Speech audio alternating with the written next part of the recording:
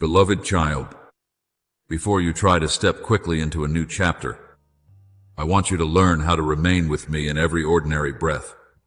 It is not only when storms arise that you should come to me, not only when your heart is exhausted that you should remember you have a refuge, but even when the morning opens quietly, when familiar tasks await you, when you must choose between many unclear directions, know that I am still there. I do not want to be a guest who visits your life for a few emotional moments and then leaves. I want to dwell within you, walk with you, and speak to you through the deep peace that the world cannot counterfeit. As Psalm 16:11 reveals, in your presence is fullness of joy.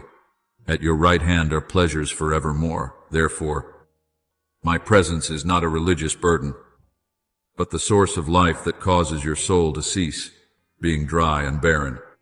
When you learn to live near me as naturally as breathing, you will no longer feel as though you have been thrown into life alone, because each of your days is surrounded by the Father's hand. But to enter that life, you must let me remove from your shoulders the things you have carried for too long. There are memories that once wounded you, but because you became accustomed to holding them in your heart, they gradually became like an old garment you wore over your identity. You called it experience, caution, a way of protecting yourself. But I see within it layers of fear, shame, and self-condemnation that are making your steps heavy. I am not telling you to deny what happened, because true healing is not built upon pretending that the wound never existed. But I will not allow the past to sit on the throne of your future. As Isaiah 43:18-19 reminds you, forget the former things, do not dwell on the past. Say, I am doing a new thing, not because I take your tears lightly, but because I know those tears are not the end. What once caused you to lower your face will not forever have the right to name you.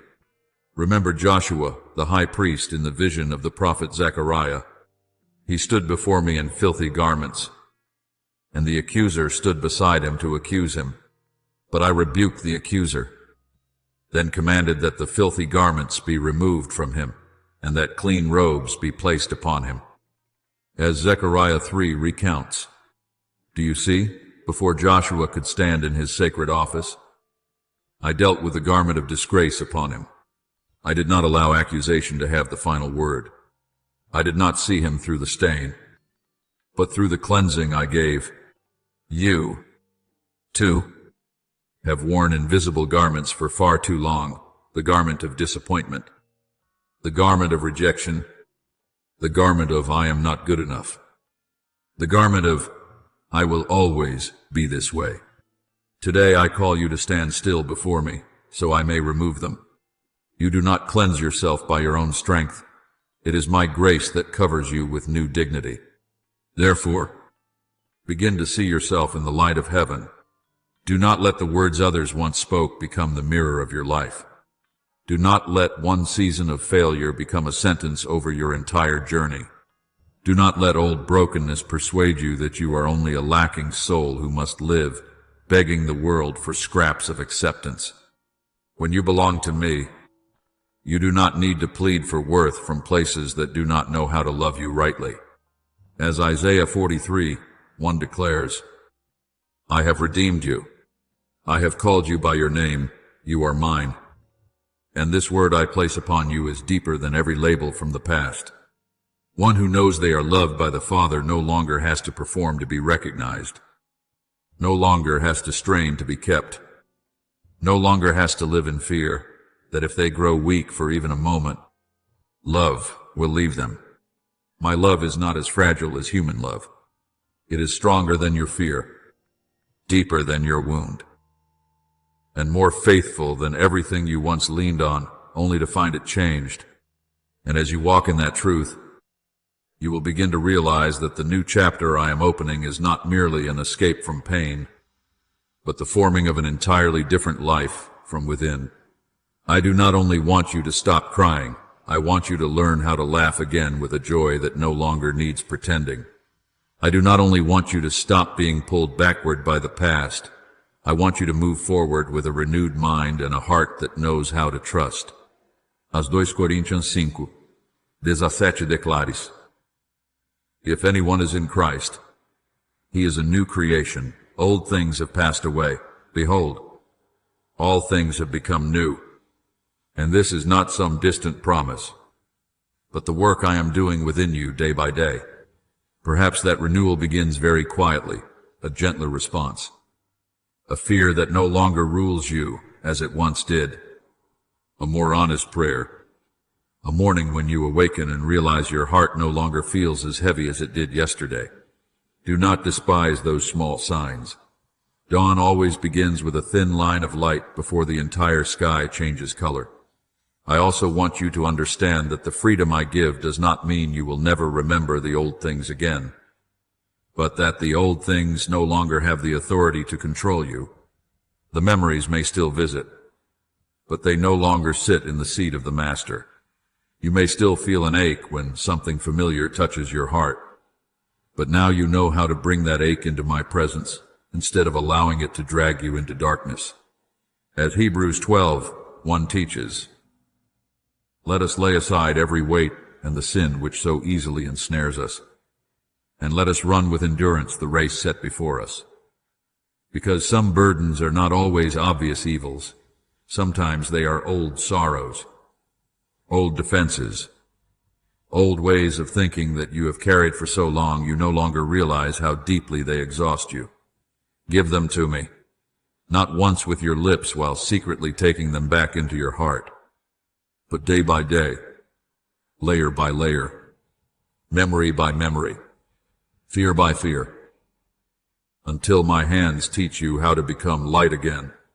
Beloved child, I am building within you a new foundation of peace, not the kind of peace that depends on everyone understanding you, every plan unfolding according to your wishes, or every door opening at the exact moment you desire.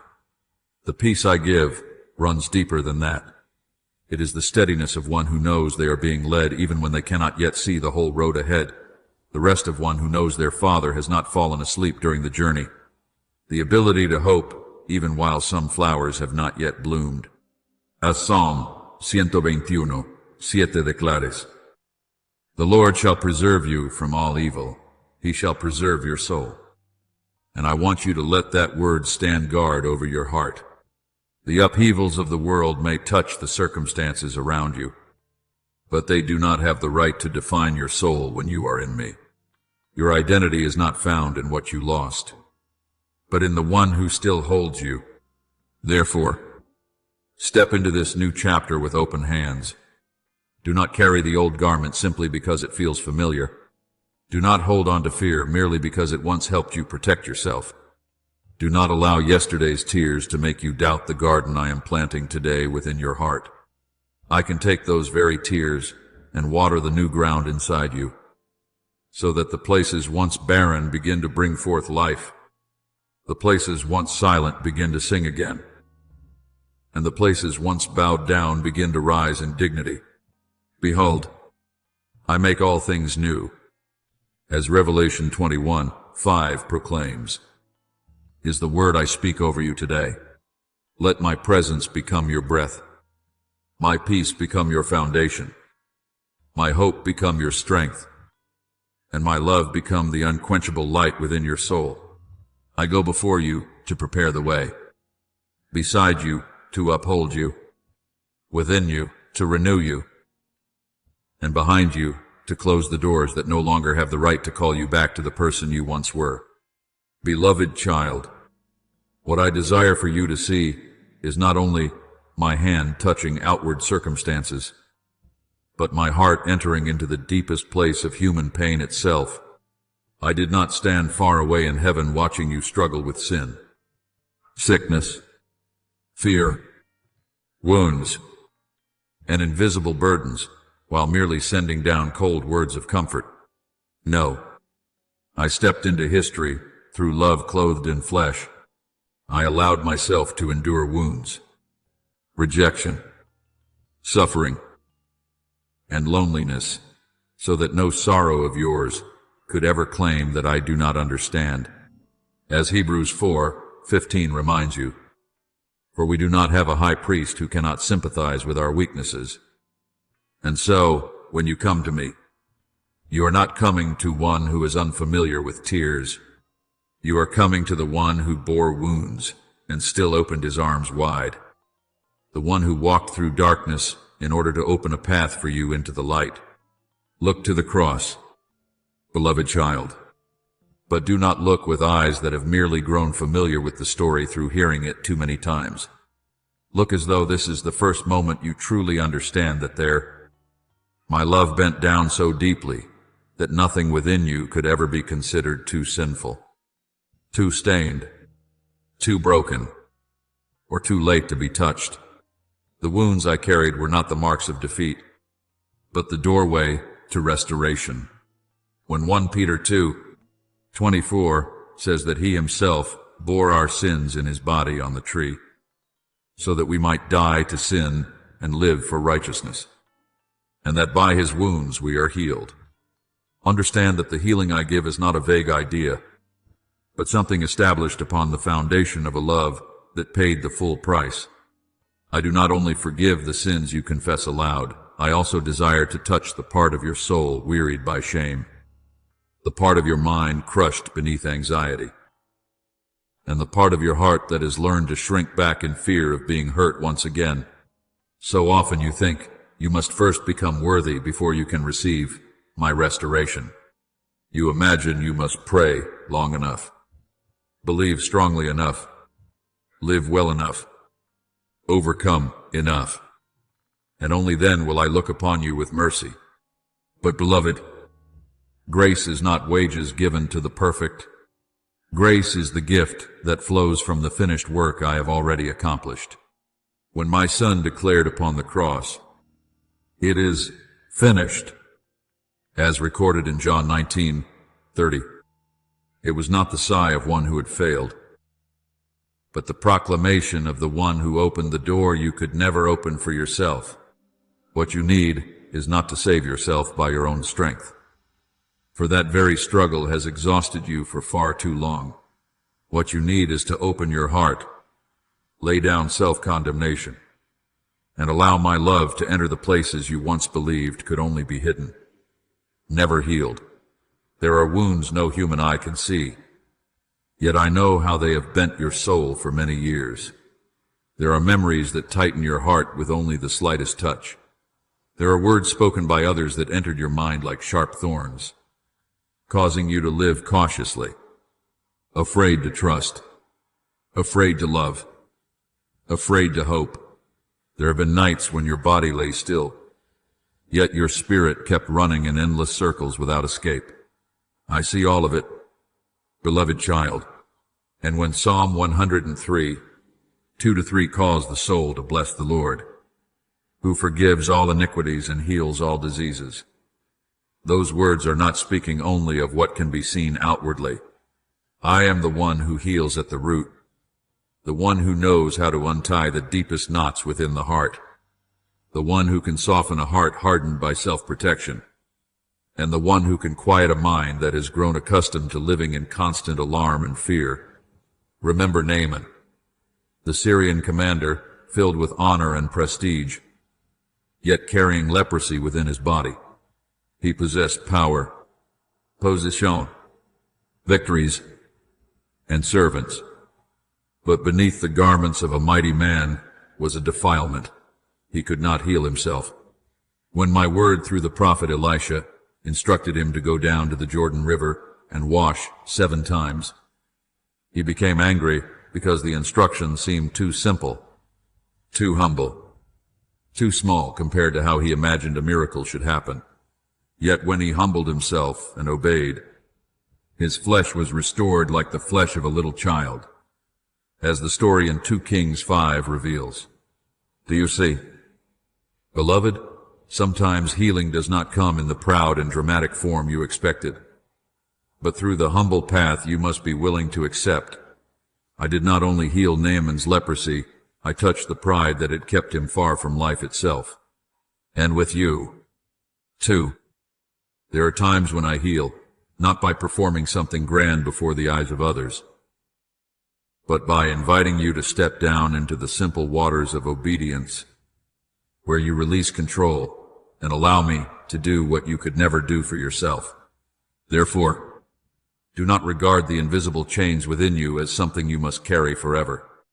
I came to proclaim liberty to the captives and recovery of sight to the blind, to set at liberty those who are oppressed. As Luke 4:18 declares, some chains are called fear, some are called shame, some are called memories, some are called self-condemnation, and some are disguised as familiarity for so long that you no longer realize you are bound by them. But my power is not weaker than the years that have passed, nor helpless before wounds long carried, nor halted by the doors you have locked. I did not come merely to help you continue living inside a dark room decorated more beautifully.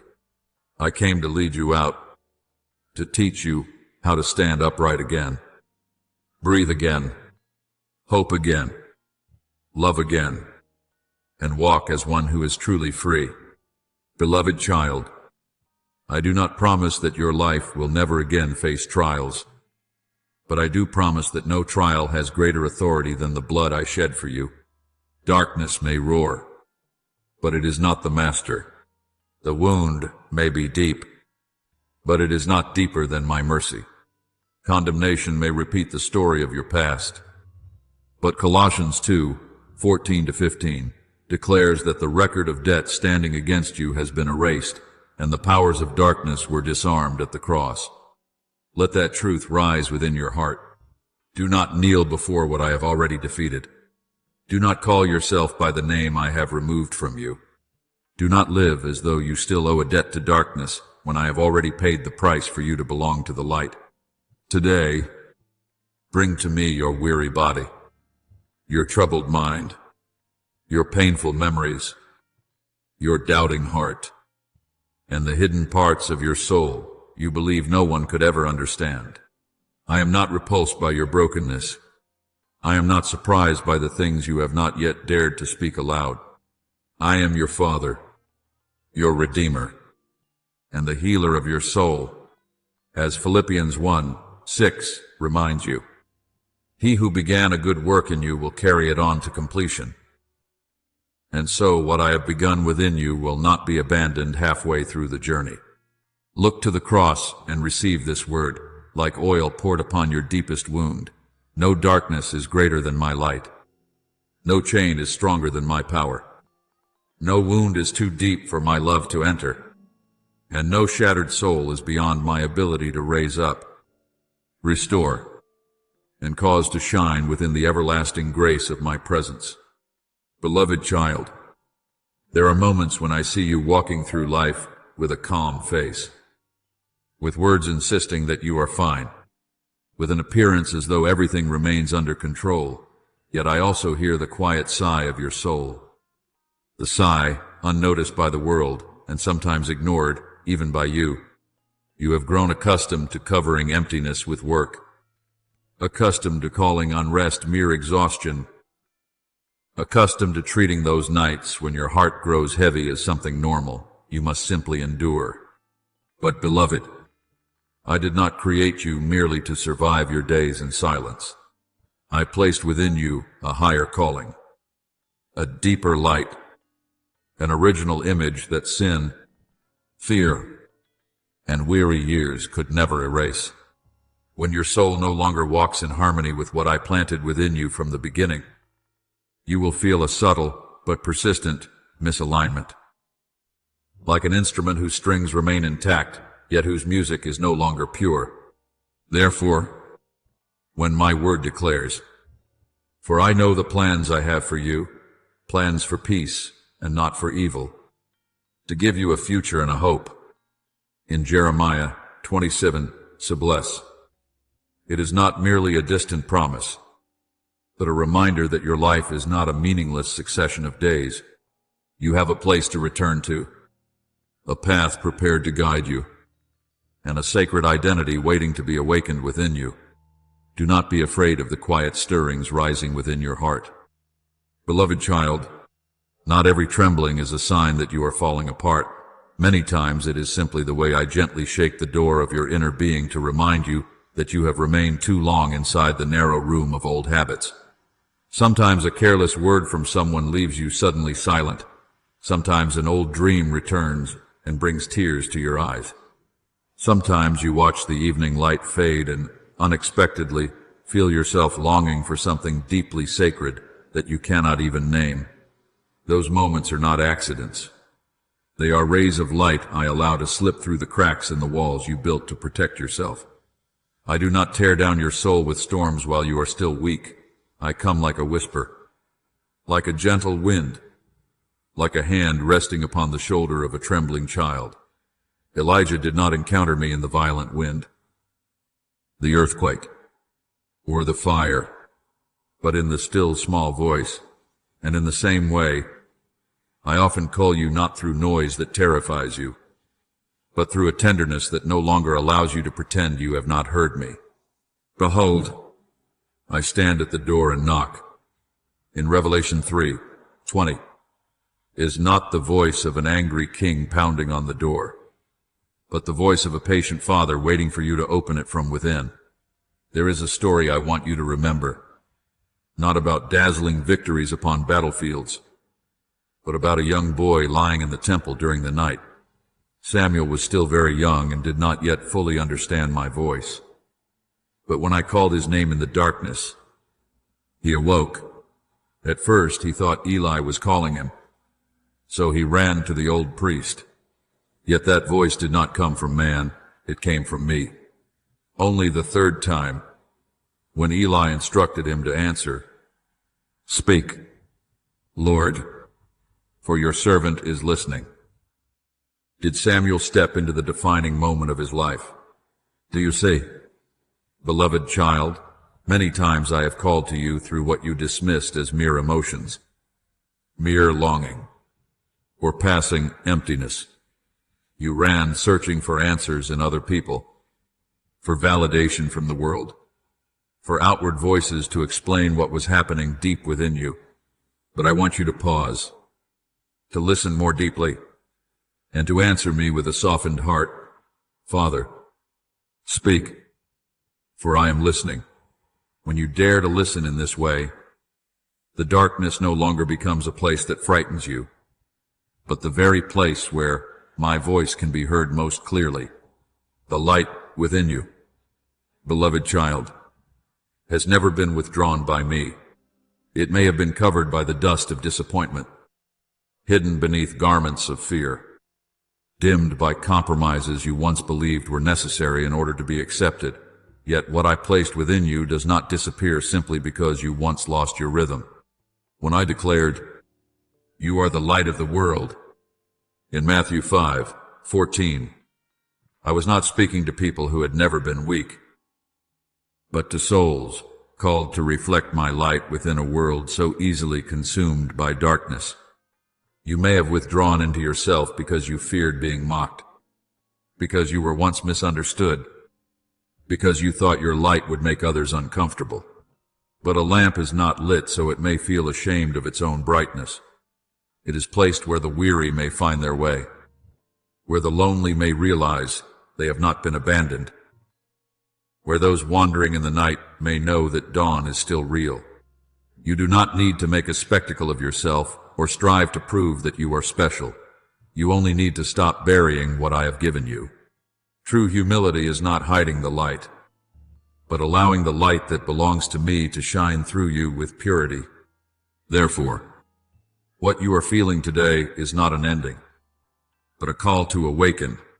I have not come to condemn you for the years you lived beneath what I called you to be. I have come to lead you back into a fuller life. Do not condemn yourself for lost time, because in my hands, even seasons that seem delayed can become fertile ground for growth. Awake, O sleeper, and arise from the dead, and Christ shall give you light. From Ephesians 5:14 is the word I place before your soul today. Awaken, not with panic, but with faith. Return, not through fear, but through trust. Open the door, not because I force you, but because my love has waited for you too long upon the threshold. You do not need to take some great step to prove anything to me. You only need to take a sincere one. When you return to me, I will restore the broken rhythms within your heart, rekindle the lamp that has been hidden away, and teach you to live no longer as one merely surviving day by day, but as a beloved child who has been called by name, deeply loved, and created to carry the gentle light of heaven into the very place where you now stand.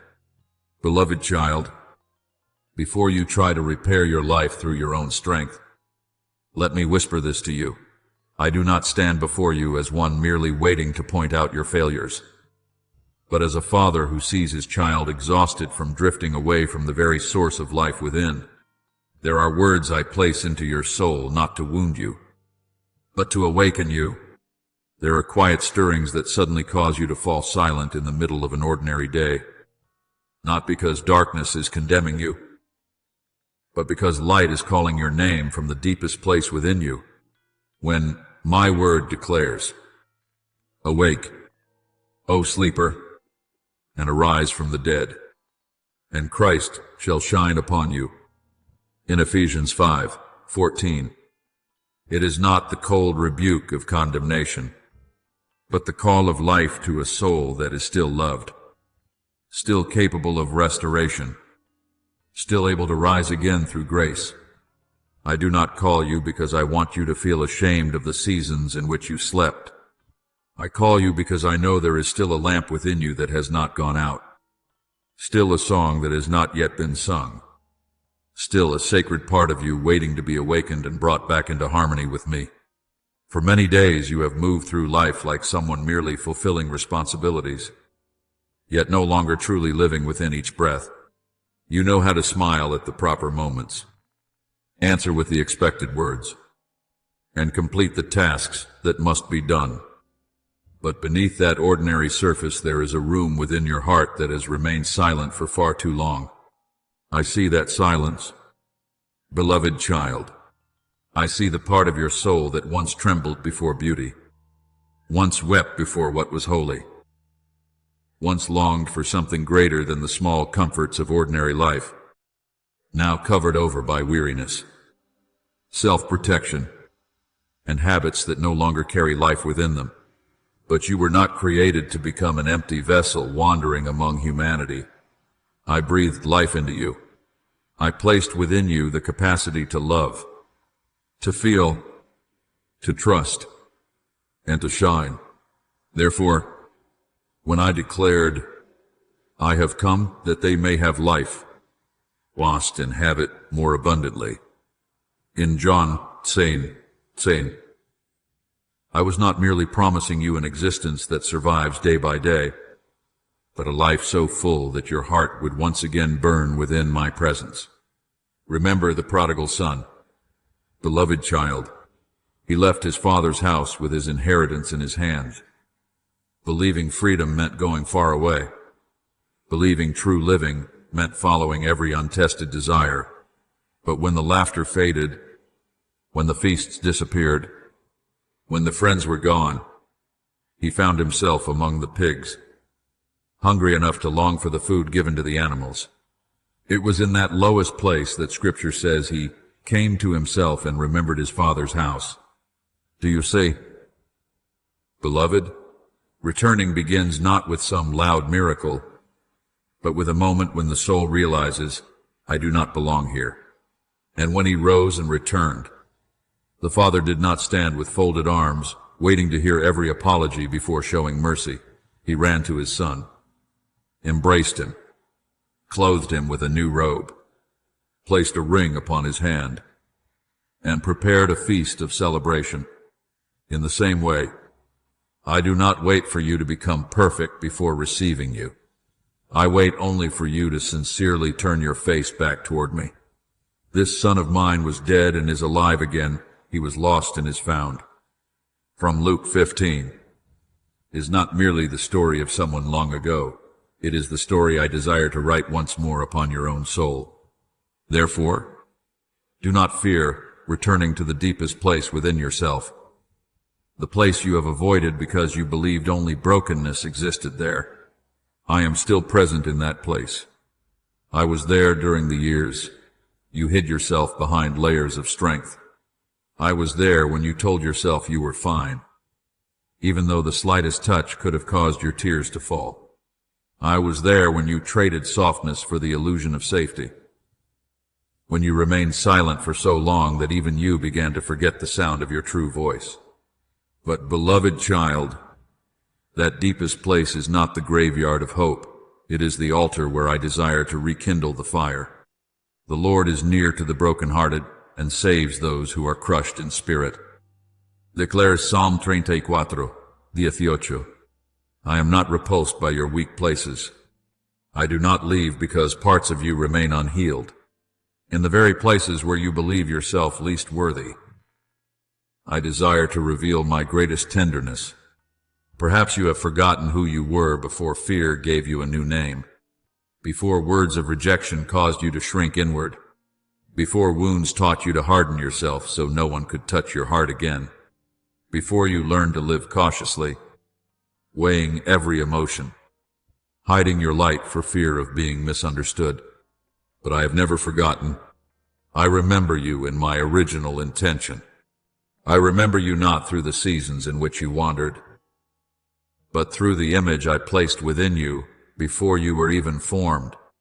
As I declared to Jeremiah, before I formed you in the womb, I knew you.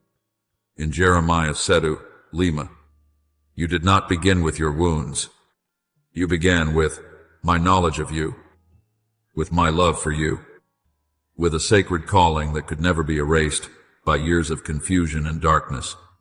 Therefore, what I ask of you today is not that you build a perfect version of yourself to present before me. I do not need a holy mask upon your weary face. I want truth. I want your heart. I want you to open yourself, even if only by the smallest crack, so that my light may enter. A seed does not need to prove itself to be a mighty tree on the first day. It only needs to remain in the soil. Receive the rain, receive the sunlight, and allow life to quietly do its work. So it is with you. Restoration does not always begin with feelings of strength.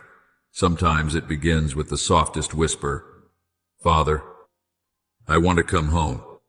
And when you speak those words, heaven does not despise your smallness. For I have declared, a bruised reed he will not break, and a smoldering wick he will not snuff out. In Isaiah 42, 3, the flame within you may be weak, but in my hands it can still rise into fire again. Let me teach you how to live again, not through haste, but through daily returning. Learn to listen to your heart beneath the light of my presence rather than beneath the judgment of the world. Learn to feel without fearing, you will shatter. To love without fearing, you will lose yourself. To hope without fearing disappointment. When you return to me, you will also return to yourself in the purest way possible, because you can only truly know who you are when you are near the one who created you. I am still here. Beloved child, I do not change with the seasons of your weakness. I do not withdraw my love because you wandered away. I do not close the door because you returned late. The light within you is still waiting, not to burn by its own strength, but to be joined again to my fire. And when you place your hand into mine once more, I will revive what you thought was lost, rekindle what you thought had gone dark, and lead you out of a life that merely survives into the abundant, gentle, and holy life I prepared for you from the very beginning. Beloved child, true life often does not return to you with a great thunderclap, nor does it always enter your life through dazzling signs that leave everyone around you astonished. Many times it begins very small, so small that if you are rushing, you will overlook it, small like a breath that suddenly feels deeper, a ray of sunlight resting upon your hand, the sound of a bird singing in the morning, A quiet moment that unexpectedly brings tears to your eyes without your understanding why. Do not dismiss such things, for I often hide great invitations within the softest signs. When you stop running, not because you have become completely strong, but because something within you no longer wishes to flee anymore. That very moment becomes the place where I lay my hand upon your soul. I have declared, be still, and know that I am God. In Psalm 46, 10. Because there are things you can only recognize when you stop allowing the noise of fear to drown out the gentle voice of life. You do not need to understand everything immediately. You only need not turn your back on the light that has come to visit you. And I will already be able to begin reopening within you the doors you believed had long been closed. There have been seasons when you believed you were completely drained, as though nothing remained within you except the cold ashes of hopes that once burned brightly. But I see deeper than what you feel. Beneath those ashes I still see glowing embers. Within what you call exhaustion, I see a sacred longing still pleading for breath.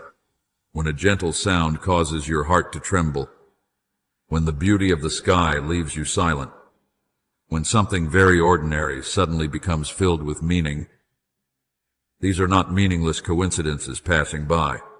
Creation is still speaking in my language. If only you are willing to listen with your soul and not merely with your ears. Ask the beasts, and they will teach you, the birds of the heavens, and they will tell you, as Job 12:7 reminds you, that the world around you is not silent.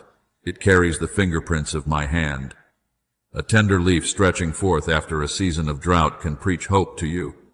A ray of dawn, faithfully breaking through the cracks of a window, can remind you that darkness never has the final word. Even a gentle breeze passing across your face can be my way of whispering, beloved child, you are still here, still loved, and still capable of living again. Remember the story of Hagar in the wilderness. Beloved child, she was not standing in a temple, nor in a place the world considered holy, nor hearing my voice during a grand ceremony. She was in the desert, exhausted and abandoned, placing her child at a distance because she could not bear to watch him die. To human eyes, it was a scene of ending, but to me, it became the place where my seeing love was revealed. The angel called to her in the wilderness, and I opened her eyes to see a well of water nearby. Do you see? Beloved, the source of life often does not come from somewhere far away. It is already near. But pain has blurred your vision. Hagar called me the God who sees her, because in her most desolate place she realized she had not been forgotten. In the same way, when you believe your soul has become dry and barren, I can open your eyes to see the well of grace standing in the very place you once called hopeless. I will open rivers on the barren heights and springs in the valleys. From Isaiah 41:18 is not only a promise for dry land, but for hearts that have gone too long without believing they could ever be refreshed again. Therefore, do not consider the moments when you stop and stand still to be weakness. The strongest person is not always the one who runs the fastest. Sometimes the bravest soul is the one willing to stop before the truth and no longer hide from the calling within. I do not place a door before you to make you afraid, but so you may know that your life has not been locked inside the past. There are doors that cannot be opened by force, nor by proving yourself worthy. They open when you stop resisting the light and allow your heart to become soft before me. Behold, I am doing a new thing, now it springs forth. Do you not perceive it? In Isaiah 43:19 is the word I place upon your today. That new thing may begin with a very quiet decision, to stop denying your pain, to stop calling numbness peace, to stop living as though your soul does not need care. When you choose to stop and turn toward me, I do not ask why you arrived late. I simply extend my hand to lead you through the doorway of restoration. And beloved child, resurrection is not only about sealed tombs or lifeless bodies lying still. There are souls walking through life that have long grown cold. There are hearts still beating that no longer dare to hope. There are eyes still open that have stopped seeing the beauty of a new day. I am the one who called Lazarus out of the grave, but I am also the one who calls the lifeless places within you to come out of darkness.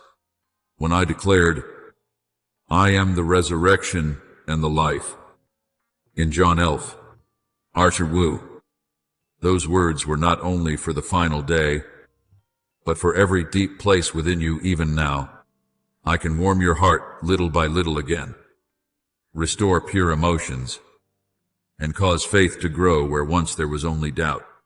Do not despise a trembling step. One step toward the light is still one step out of the tomb. Even the faintest prayer can cause heaven to lean near to you. Even a single honest tear can become the first drop of water falling upon the dry ground of your soul. Therefore, let the small things lead you back to me. Do not quickly dismiss the stirring within your heart as though it means nothing. Do not treat a moment of tenderness as a shameful weakness. Perhaps it is precisely there that I am touching you in the gentlest way. I do not require you to burst into flame immediately like a great fire before the eyes of others. I only ask that you place into my hands the smoldering wick that still remains, so that I may protect it and kindle it again. A bruised reed he will not break, and a smoldering wick he will not quench. In Matthew 12:20, bears witness to the way I treat fragile souls. I do not come to extinguish the remaining light within you, but to shield it from the cold winds of despair. Step forward. Even if the step is small, listen. Even if the call is faint, open your heart, even if only through the narrowest opening. For within the breath you are still breathing, within the heartbeat still faithfully continuing, within the small beauties that still move your soul. I am telling you that life has not departed from you, and as you guard that spark together with me, it will no longer merely smolder in darkness. It will grow warmer, brighter, and stronger, until one day you realize that what you once believed had died within you is being brought back to life through a love that never runs dry. Beloved child, do not force your soul to bloom in a single night, simply because the world measures growth by speed. The things that belong to me often grow in silence, like a seed hidden deep beneath the soil, where no one sees the roots stretching outward. Yet life is quietly at work. Healing is the same.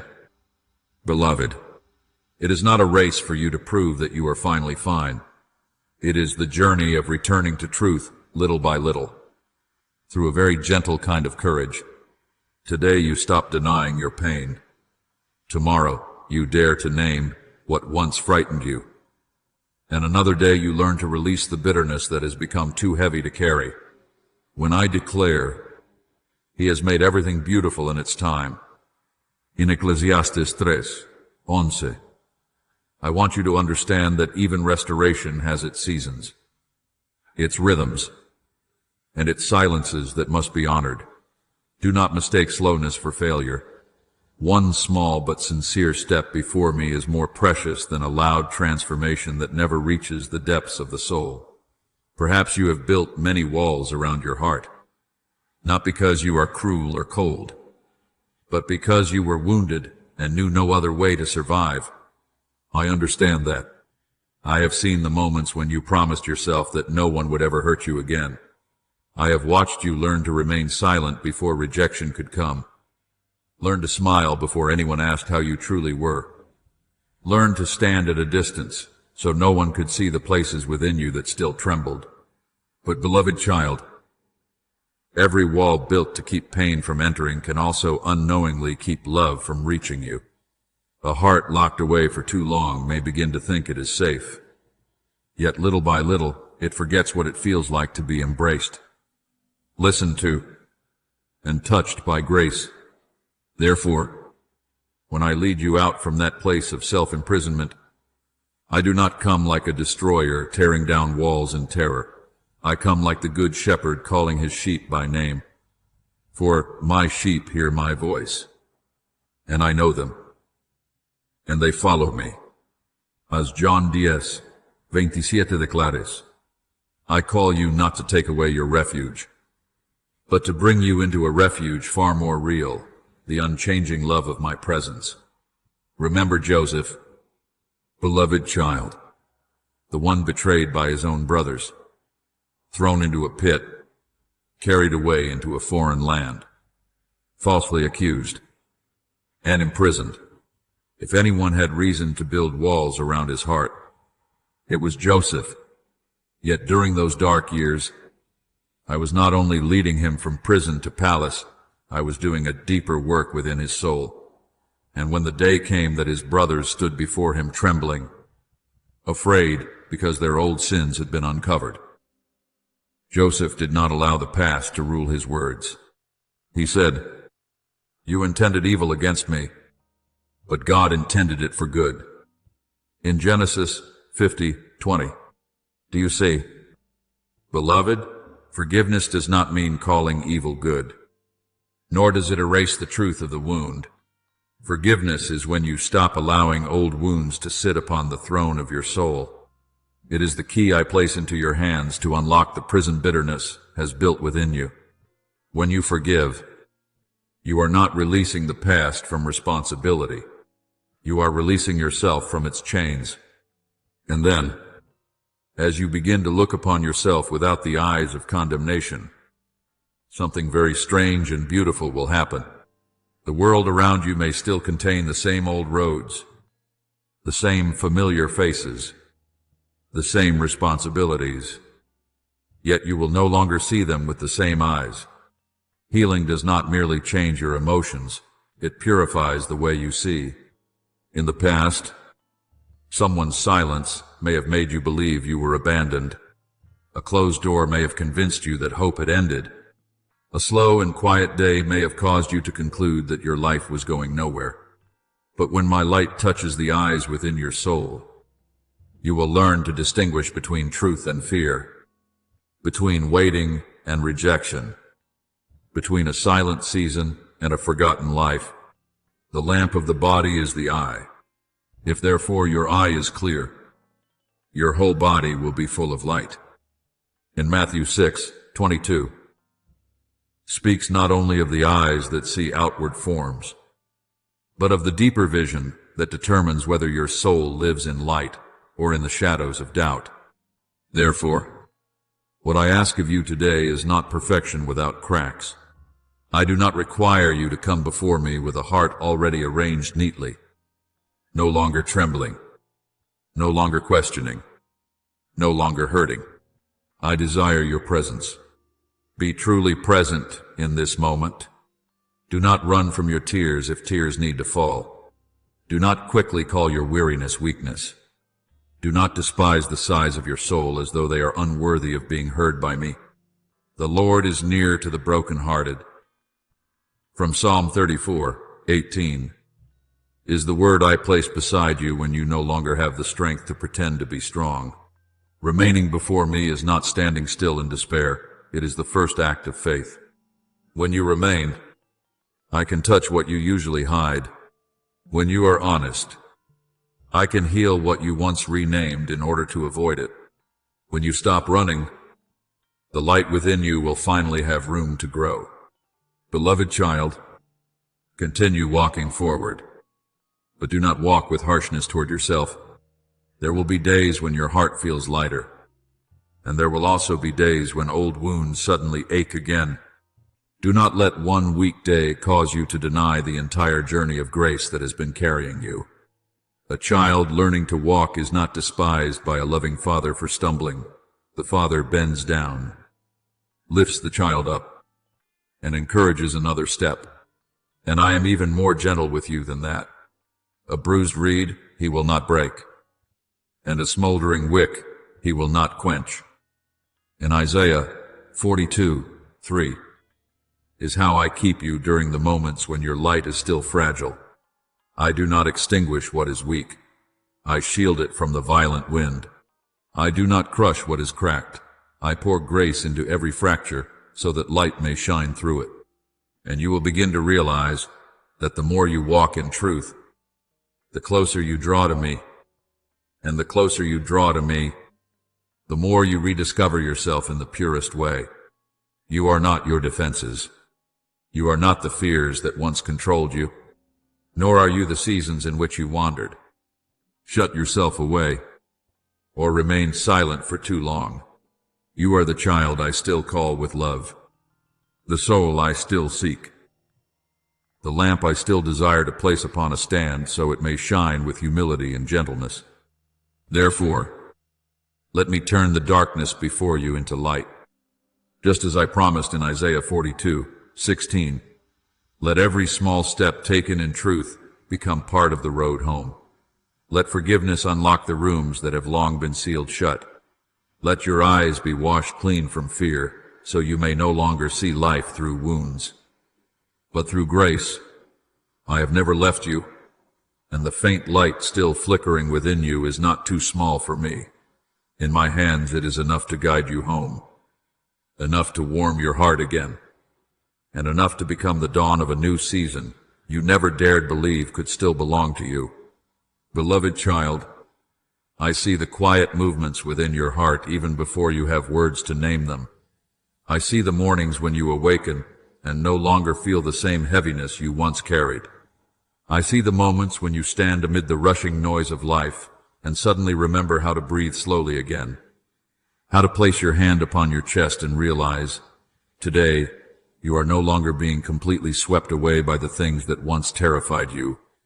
I see the times when you wanted to react as you always did, but instead paused for a moment, listened for a moment, chose gentleness for a moment longer.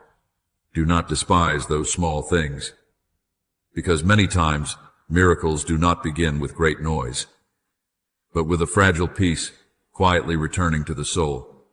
When Psalm 23 says that I lead you beside green pastures and still waters, it is not merely a beautiful image meant to comfort you. It is the way I shepherd you. I do not drag you through valleys while your legs are still trembling. I do not force your heart to heal according to the hurried rhythm of the world.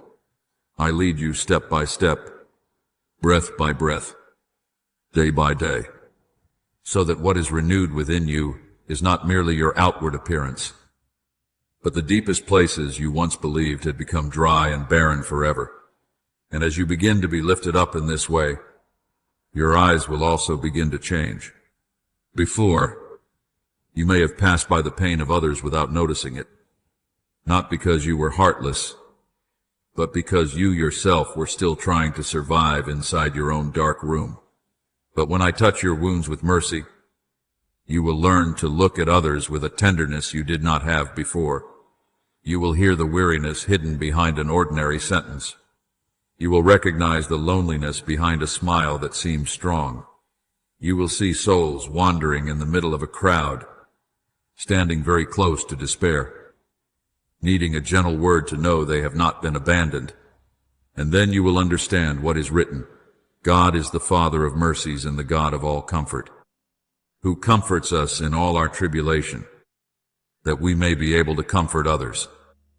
In 2 Coríntios 3-4, the comfort I give you will not remain trapped within you like a blocked stream. It will flow through you, gently watering the dry places around you. Remember Peter, beloved child. He once said he would follow me even to death. But when darkness fell and fear surrounded him, he denied me 3 times. The rooster crowed, and he went out and wept bitterly. If the story had ended there, Peter might have called himself by the name of failure for the rest of his life. But I did not allow his tears to become the grave of his destiny. After I rose again, I met him by the sea, not using condemnation to crush him, but asking with love, "Do you love me?" And when he was restored, I entrusted him with a mission, feed my sheep. Before that, I had also said to him, when you have returned, strengthen your brothers. In Luke 22, 32. Do you see? The very man who once trembled in fear became one who strengthened many other souls. A wound placed in my hands no longer remains proof of shame. It becomes the place where grace learns to speak with the voice of compassion. Therefore, do not think that the years you wept in silence were meaningless. I counted every tear no one else saw. You number my wanderings, put my tears into your bottle. As Psalm 56:8 says, because before me, no tear falls to the ground forgotten. There were nights you thought were only loss, but I used them to widen your heart. There were moments when you collapsed because you had no strength left. But it was there you learned that true strength is not never being weak, but knowing how to take my hand when you cannot stand on your own. There were seasons when you thought you were delayed, but I was planting within you a depth of understanding that those who have never passed through sorrow do not easily possess. One day, you will sit beside someone who is breaking, and you will not need many words. The peaceful presence within you will be enough to make them feel there is a way out. You will speak without judgment. I understand. I have been through that dark place too. And you will point them to me, not as a distant theory, but as the one who truly lifted you up. The light within you, beloved child, is not diminished when you share it. A candle that lights another candle does not lose its flame. It simply makes the room less dark. When I declared, "You are the light of the world," in Matthew 5:14, I did not call you to become light through pride, nor did I tell you to stand on high so the world would praise you. I called you to become a gentle witness of what I have done within your heart. That light does not come from your perfection, but from my presence living within you. It shines through the way you become more patient with the weak, softer toward those who are difficult to love, quieter in moments when you could boast, and steadier when others need somewhere to lean. You do not need to make your life a stage. Let your life become a lamp placed where it belongs, warm enough for the cold to draw near, bright enough for the lost to see that there is still a way home. Therefore, continue walking in this quiet restoration. Do not become impatient because you have not yet become everything you hope to be. Do not deny your progress simply because it does not appear dazzling in the eyes of the world. I see every new sprout growing within you. I see peace returning like a small stream finding its way through cracked ground. I see compassion rising from the very places that once were wounds. I see the light within you awakening. Not for you to keep only for yourself, but so that one day it may become an invitation for other souls. Remember that I waste nothing you place into my hands, not your tears, not your long nights, not your failures, not even your trembling steps. All of it, within my grace, can be redeemed and transformed into a source of life. And when you look back, you will understand that I did not heal you merely so you could find peace. I also made you into a sign of hope, a small yet steadfast lamp, a living testimony that my love can find you in darkness and lead you into a light that never fades.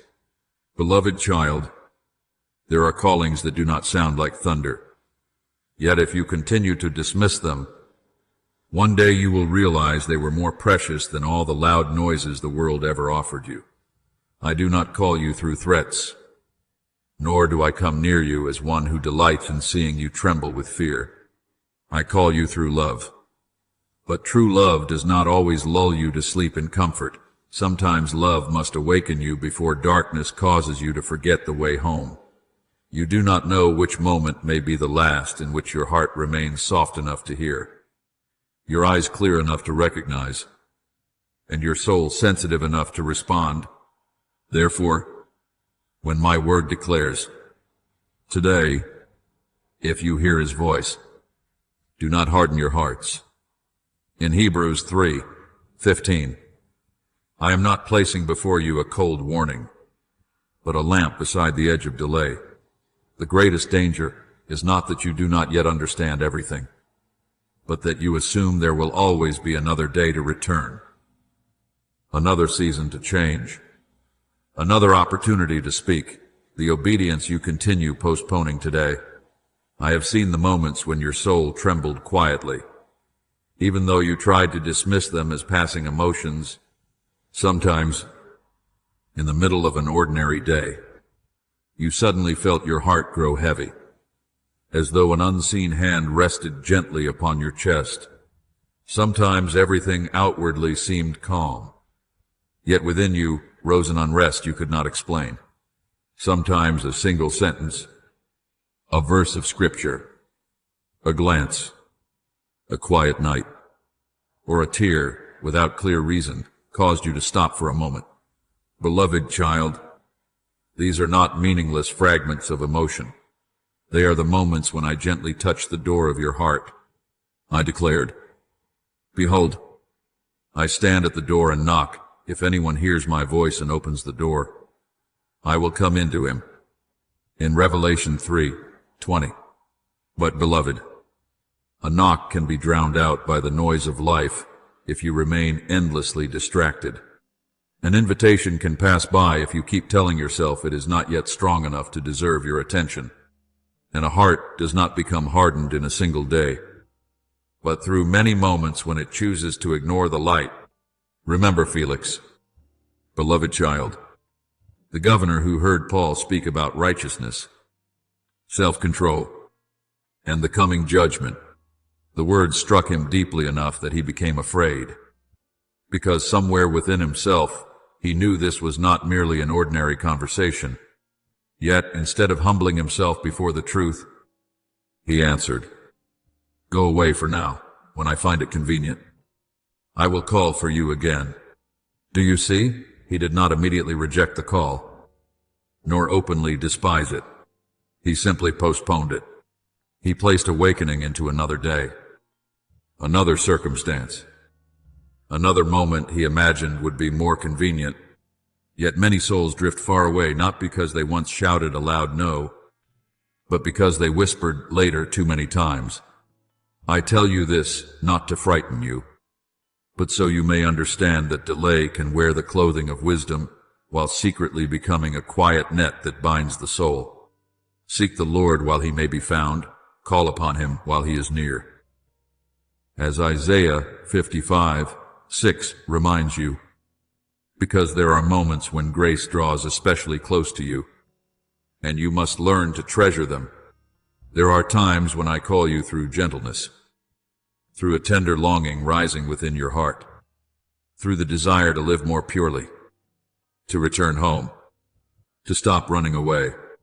But if you continue covering that call with excuses, with busyness, with quiet reassurances that there is no need to hurry, then the urgency will grow stronger, not because my love has changed, but because you are drawing closer to the place where delay can become a habit, and habit can become a chain. When I declare, "Return to me with all your heart," with fasting, with weeping, and with mourning. In Joel 2:12, I am not demanding tears in order to wound you. I am inviting you to return with a heart that is honest, unmasked, no longer delaying, no longer bargaining with darkness. Some wounds are healed only when you stop calling them small things. Some roads change direction only when you dare to admit you are wandering far away. Some doors open only when you stop standing outside saying that tomorrow will be the day you finally enter. I know you have already felt this. The moments when your heartbeat suddenly quickened, the times when your thoughts were interrupted by a deeper question, where is my life truly going? The moments when you laughed with others while inwardly hearing a quiet whisper, you cannot continue living this way forever. That is not shameful weakness, nor is it a sign that you are losing control. It is the part of life within you that refuses to die numb. It is the smoldering wick asking to be protected by my hand. It is your conscience, your soul, the sacred calling trying to pull you out of the dangerous sleep of familiarity. Watch therefore, for you know neither the day nor the hour. In Matthew 25:13 is not only about some distant final day, it also speaks to every moment today. When you stand between the choice to keep hiding or to return to me with the full truth of your heart. Therefore, beloved child, do not wait until everything shatters before you begin to listen. Do not wait until your soul has become completely dry before seeking the living water. Do not allow familiarity with darkness to rob you of the ability to recognize light. I am still calling you, and the very fact that you can still feel that urgency is itself a great grace. Return today, not with panic, but with humility. Speak to me with words that are honest and bare. Father, I have delayed for too long, but I no longer want to turn away. And when you speak this way, I will not close the door before you. I will receive you like the father who ran to embrace the returning son. I will wash the dust of the road from your feet. I will teach you how to recognize my voice among every noise. I will restore strength to the places within you that you thought had grown too weak to live again. But hear me with this solemn love. Do not despise today. Today is the place where grace is touching you. Today is the doorway standing open. Today is the heartbeat still beating, the breath still being given, the light still calling your name. Step forward, beloved, before delay once again disguises itself as normal life and quietly leads you farther away. Beloved child, there are burdens that do not arise from outward circumstances, but rise from the deepest places within you like a quiet bell, warning that your soul has drifted far from the waters of peace. You may sit in a familiar room, hear the same sounds, look upon the same faces, yet inwardly feel a strange emptiness, a tension and heaviness that reason alone cannot explain. Do not rush to condemn yourself as weak, and do not quickly cover it over with pleasant-sounding words. Some inner stirrings are not meant to frighten you, but to draw you back to truth. I declared, peace I leave with you, my peace I give to you. I do not give to you as the world gives. In John 14:27, because true peace is not a thin layer of outward calm, but a deep steadiness anchored in me. And when you drift from that source, your soul will recognize it long before your lips are willing to admit it. Many times you have tried to give your unrest gentler names, as though changing the name could somehow erase the fracture beneath it. You told yourself it was only a tiring day, a stressful season, a passing emotion that would fade away. But beloved child, truth does not disappear simply because you cover it with a soft cloth. I do not say this to wound you, but to free you from the habit of soothing yourself with things that no longer carry life within them. There are seasons that have already ended, yet you still try to live as though they remain unchanged. There are paths I no longer desire for you to walk, yet you continue clinging to them because they feel more familiar than change itself. My word teaches you to put off the old self and to put on the new self in Ephesians 4:22-24, not as an invitation to merely decorate the surface of your life, but as a call to step into transformation at the deepest root. The old is not always outwardly evil in appearance, but if it keeps you distant from the new thing I am doing, then it is no longer where you belong. Remember Jacob at the ford of Jabbok. Beloved child, he had lived for many years through striving, fear, and running away. He had family, possessions, and people following him. Yet, when night came and he had to face tomorrow, his soul could no longer hide. It was there, in that darkness, that he wrestled with me until dawn. He did not walk out of that night as the same man. He carried a wound in his hip, but he also received a new name, Israel. Do you see? Beloved, sometimes I allow you to enter a night where pretending is no longer possible. Not to destroy you, but to bring an end to the version of yourself that has lived too long in fear. Jacob did not lose everything in that night. He lost the old mask and received back his true identity. In the same way, when a heaviness within you forces you to stop, it may not be a sign of ending, but the threshold where I am preparing to place upon you a new name, a new life, a new way of walking before me. You once believed the light within you had grown dim because the world had become too dark. But many times it is not the darkness outside that has grown stronger. It is that you have drifted away from the place where light is nourished. When you live too long, through reaction, through self-protection, through lifeless cycles, you gradually forget what it feels like to truly live from within. You still work, still laugh, still accomplish what must be done. Yet the sacred vitality inside you has slowly been replaced by a cold routine. I do not condemn you for becoming weary. I do not turn my face away because the lamp within you has weakened. I simply do not want you to mistake numbness for peace. My soul waits silently for God alone. From Him comes my salvation. In Psalm 62, one reminds you that true rest is not the absence of feeling, but being placed again into the hands of the one who has the power to save and heal. Therefore, when you feel an invisible heaviness pressing upon your heart, bring it before me, instead of hiding behind comforting explanations.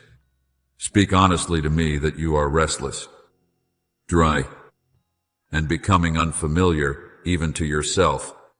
I do not require perfect prayers from you. I desire an honest heart. I have promised, I will give you a new heart and put a new spirit within you. I will remove the heart of stone from your flesh and give you a heart of flesh.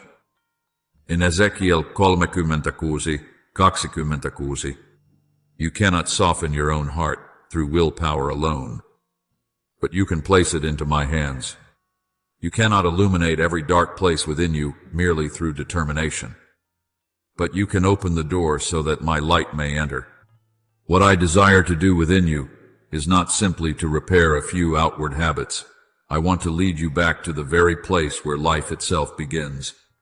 Do not be afraid to admit that some things are no longer as they once were.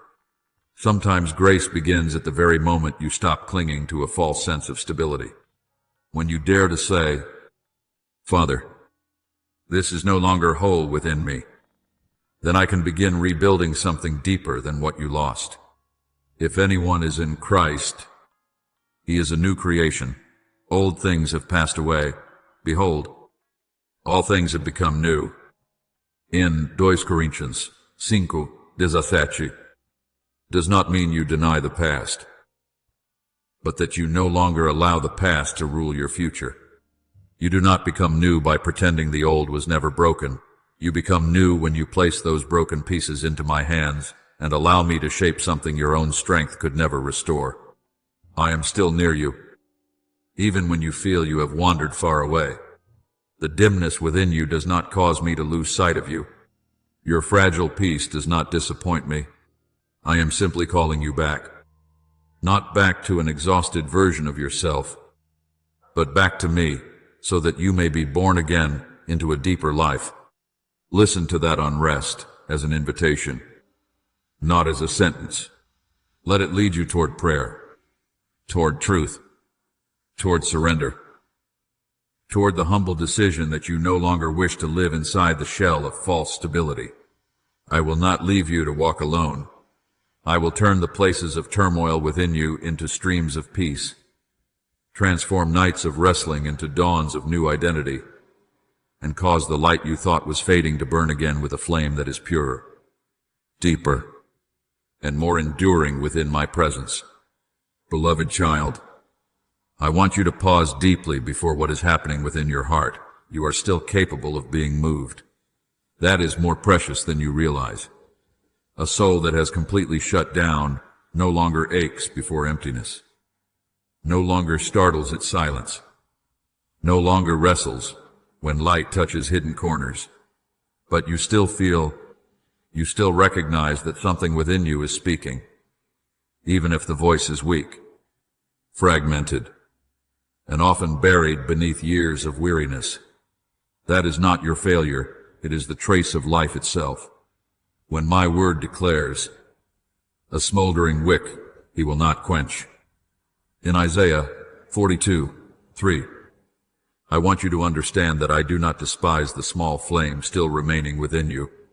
What you think is only a little unrest, a slight ache, a quiet tightening in your chest without a name, is often the very place where I am preserving your soul from falling into a deeper sleep. I know you did not turn away because your heart desired to rebel against me. I know that many times you were simply too tired to face any more pain, too exhausted to reopen rooms long shut, too accustomed to living in ways that kept you from touching the truth. Some people run because of pride, but others run because they are wounded. I can tell the difference. Beloved child, I do not mistake your hidden tears for coldness. I do not mistake your silence for rejection. But precisely because I love you, I do not want you to remain forever inside a false refuge where you believe you are safe simply because you no longer feel deeply anymore.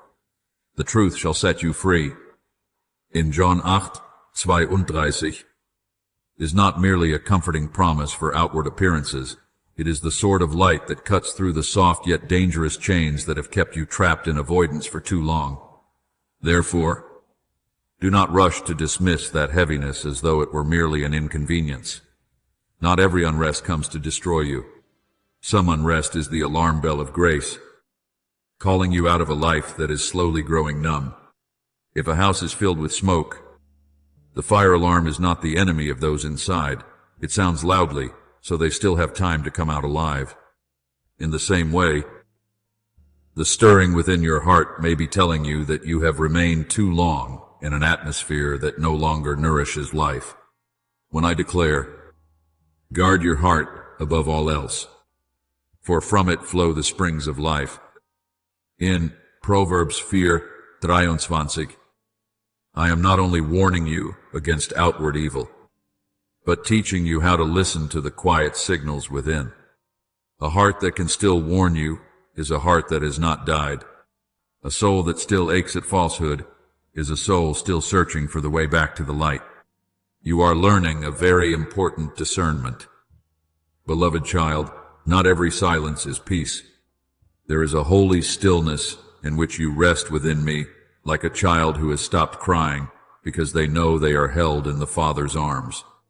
But there is also a silence heavy as stone, where the true voice within is buried, where you no longer pray because you believe no one hears, no longer weep because you think tears are useless, no longer hope because you fear. Hope itself will only wound you again.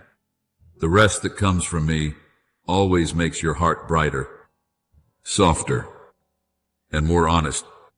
Numbness, however, only draws you farther away from yourself. Therefore, when Psalm 46:10 declares, "Be still, and know that I am God," that stillness does not lead you into emptiness, but into deeper knowing. If your silence causes you to forget me, forget truth, or forget your own worth, then that is not the place where I desire you to remain. Remember the valley of dry bones that I showed to Ezekiel. Before him was not a garden merely weakened by sickness, but a valley filled with bones long dried out, an image that seemed entirely without hope. Yet I asked him, "Son of man, can these bones live?" And then I commanded him to speak my word over them, "O dry bones, hear the word of the Lord." In Ezekiel 38:8. Do you see? Beloved, I do not speak only to what is still green and flourishing. I also speak to the places that have become so dry the world believes they can never live again.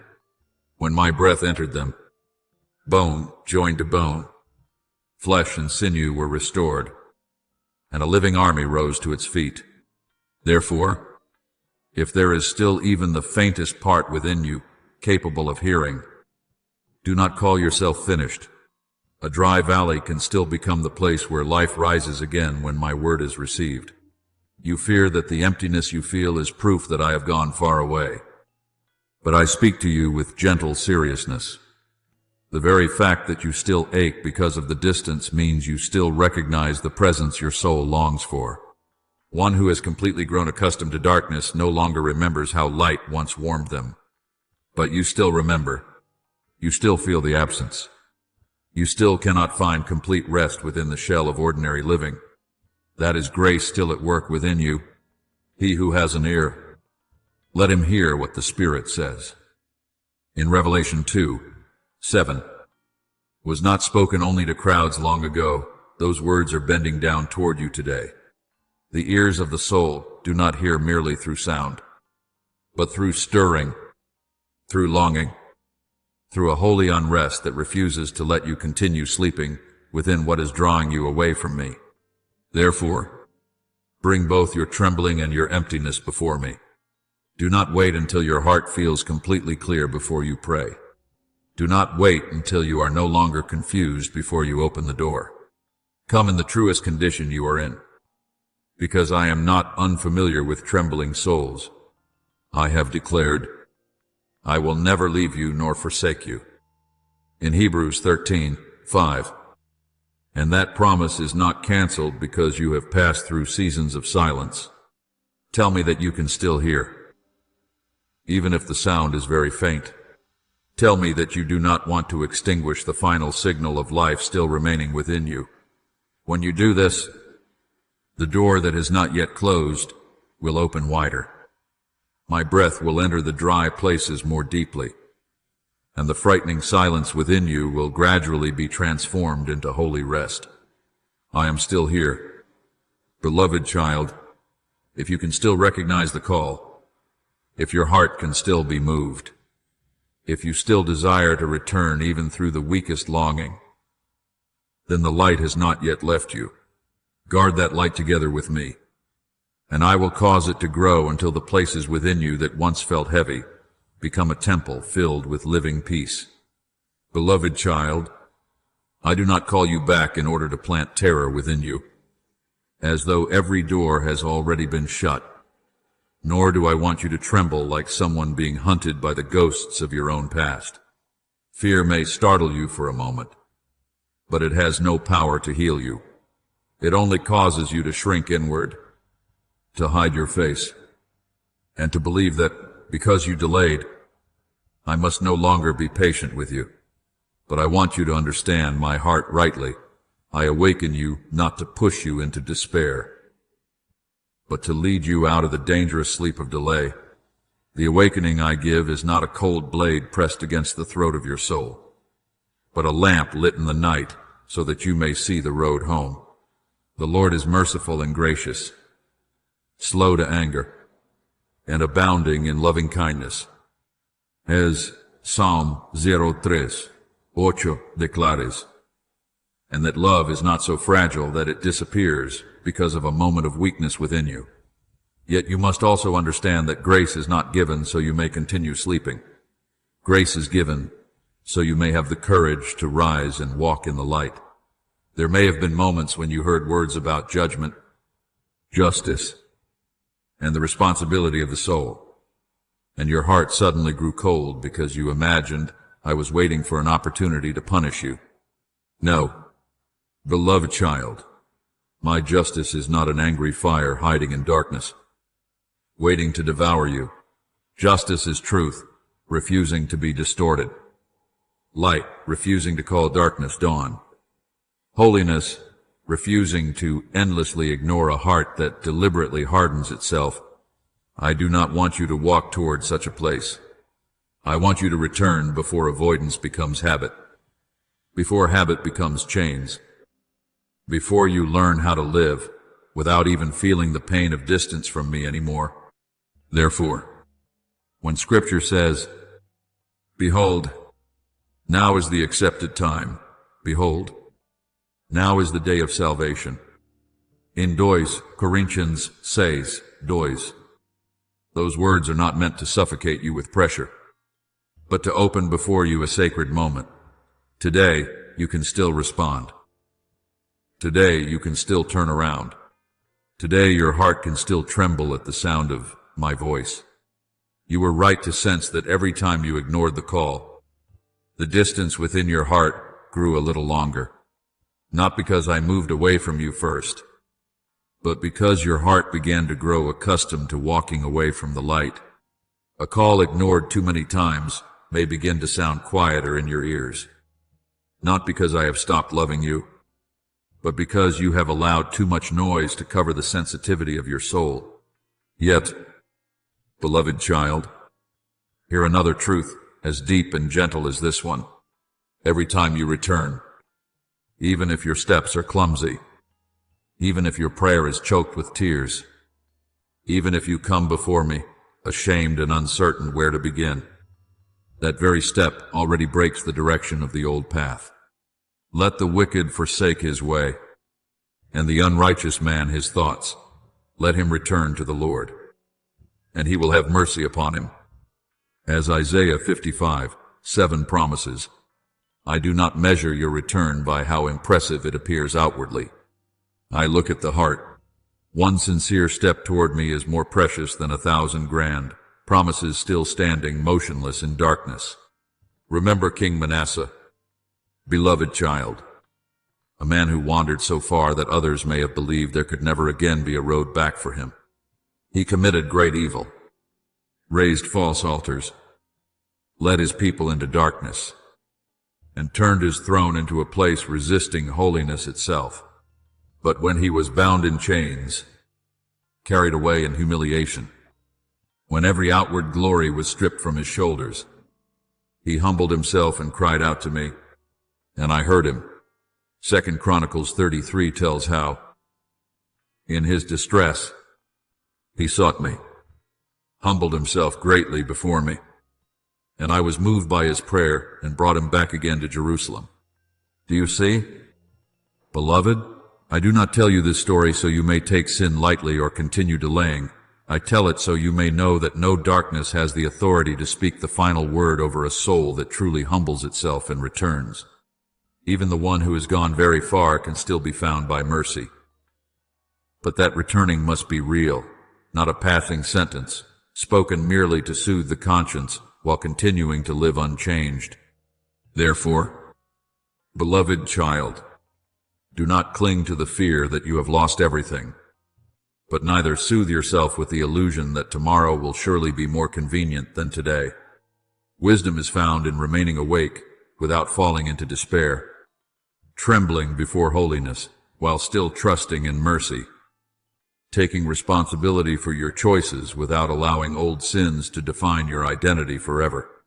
The kindness of God leads you to repentance, as Romans 2:4 reminds you, and my gentleness is not indulgence, it is the path leading you out of the place where you were never meant to remain. If there is even the smallest thought beginning to awaken within you that you cannot continue living the old way, do not extinguish it. That may be the seed of a new season. That may be the first knock after a long silence you thought would never break. That may be the very place where life begins breathing again within you. I do not require you to come before me with a perfect speech. I do not demand that you fully understand the theology of pain, grace, and justice before you are allowed to step into my embrace. Come with the simplest truth your heart can speak. Father, I do not want to remain far away anymore. A single sentence like that, when it rises from sincerity, can open what years of self-justification never could. You may come while your heart is still trembling, while your eyes are still wet with tears, while you still do not know how everything in your life can possibly be restored. I will teach you step by step. I will show you what must be released, what must be faced, what must be reordered, what must be touched by light. He who began a good work in you will carry it on to completion. As Philippians 1:6 declares, I do not abandon the work. I begin within a heart willing to open itself. Therefore, beloved child, Take hold of this moment, not with panic, but with faith, not with self-condemnation, but with pure repentance, not with the terror that this is your final warning, but with the holy realization that today itself is a gift. The fact that you still recognize your need to change is grace. The fact that your heart still aches at the sound of "my call" is grace. The fact that some small part of your soul still longs to return is grace holding you back from drifting farther away. Walk toward me in the light you already have. I do not stand far away waiting for you to crawl through darkness alone. I come to meet you on the road home, and when you take that first step into truth, I will cause fear to fade within love, hesitation to give way to obedience, and the place you once believed was an ending to become the beginning of a life led by mercy, holiness, and peace that never runs dry. Beloved child, do not rush to conclude that your path has been nothing more than a meaningless circle simply because it has not been straight, fast, or easy to explain to the world around you. There are journeys I do not allow many people to walk beside you, not because you have been forgotten, but because what I am forming within you requires a sacred solitude, a place where you learn to hear my voice more clearly than the voice of the crowd. Slow seasons are not always delays. Sometimes they are silent furnaces, where roots grow deep before branches rise high. Empty spaces without answers are not proof that I am silent. Often within those very spaces I am teaching you how to trust without needing to hold the entire map in your hands. All things work together for good to those who love God. As Romans 8:28 declares, does not mean that everything you experience will feel pleasant, but it does mean that nothing placed into my hands remains useless. Your tears, your waiting, the moments when you rose again while your heart still trembled, all of it is being woven by me into a story far greater than what you are able to see today. Do not despise the cracks within yourself. Beloved child, the world often tells you to hide them, to pretend you have never hurt, never broken, never had to gather the scattered pieces of your soul in the darkness. But I do not look upon those cracks as signs of final ruin. In my hands, the places that were fractured can become pathways through which light enters. Paul himself declared that we have this treasure in jars of clay in 2 Corinthians 4:7, so that the surpassing greatness of the power would be known to come from me and not from your own strength. You are that jar of clay, fragile, yet never worthless. You may have been chipped by rejection, misunderstanding, and long nights no one ever saw. But the treasure I placed within you has not diminished because the clay once trembled. And when light shines through those cracks, others will not merely see that you became strong. They will see that I remained faithful. There are lessons I cannot teach you inside places of perfect comfort, because some depths only open when your soul is forced to cling to me. That does not mean I delight in your suffering. No. I was near you every time you swallowed your tears just to keep walking. Every time you were misunderstood without being given the chance to explain yourself. Every time you felt left behind while others seemed to move ahead so quickly. Those who sow in tears shall reap with songs of joy. As Psalm 5 declares, is not a phrase meant to minimize your pain, but a promise that tears placed into my hands never fall uselessly to the ground. Some tears will become mercy. Some dark nights will become wisdom. Some wounds will become the ability to sit beside a broken soul without judging them, because you yourself once knew how deeply that pain could cut. Remember, Gideon, beloved child, when I called him, he was not standing boldly upon a battlefield, but threshing wheat in hiding because he feared the enemy. In his own eyes he was small, weak, and from an insignificant family. Yet I called him a mighty warrior before he ever felt mighty. I saw what I would do through him. not merely what he saw within himself. And when the time came for me to use him to deliver his people, I did not give him a vast army according to human ideas of victory. I reduced the numbers, and then used trumpets, clay jars, and torches to reveal my power.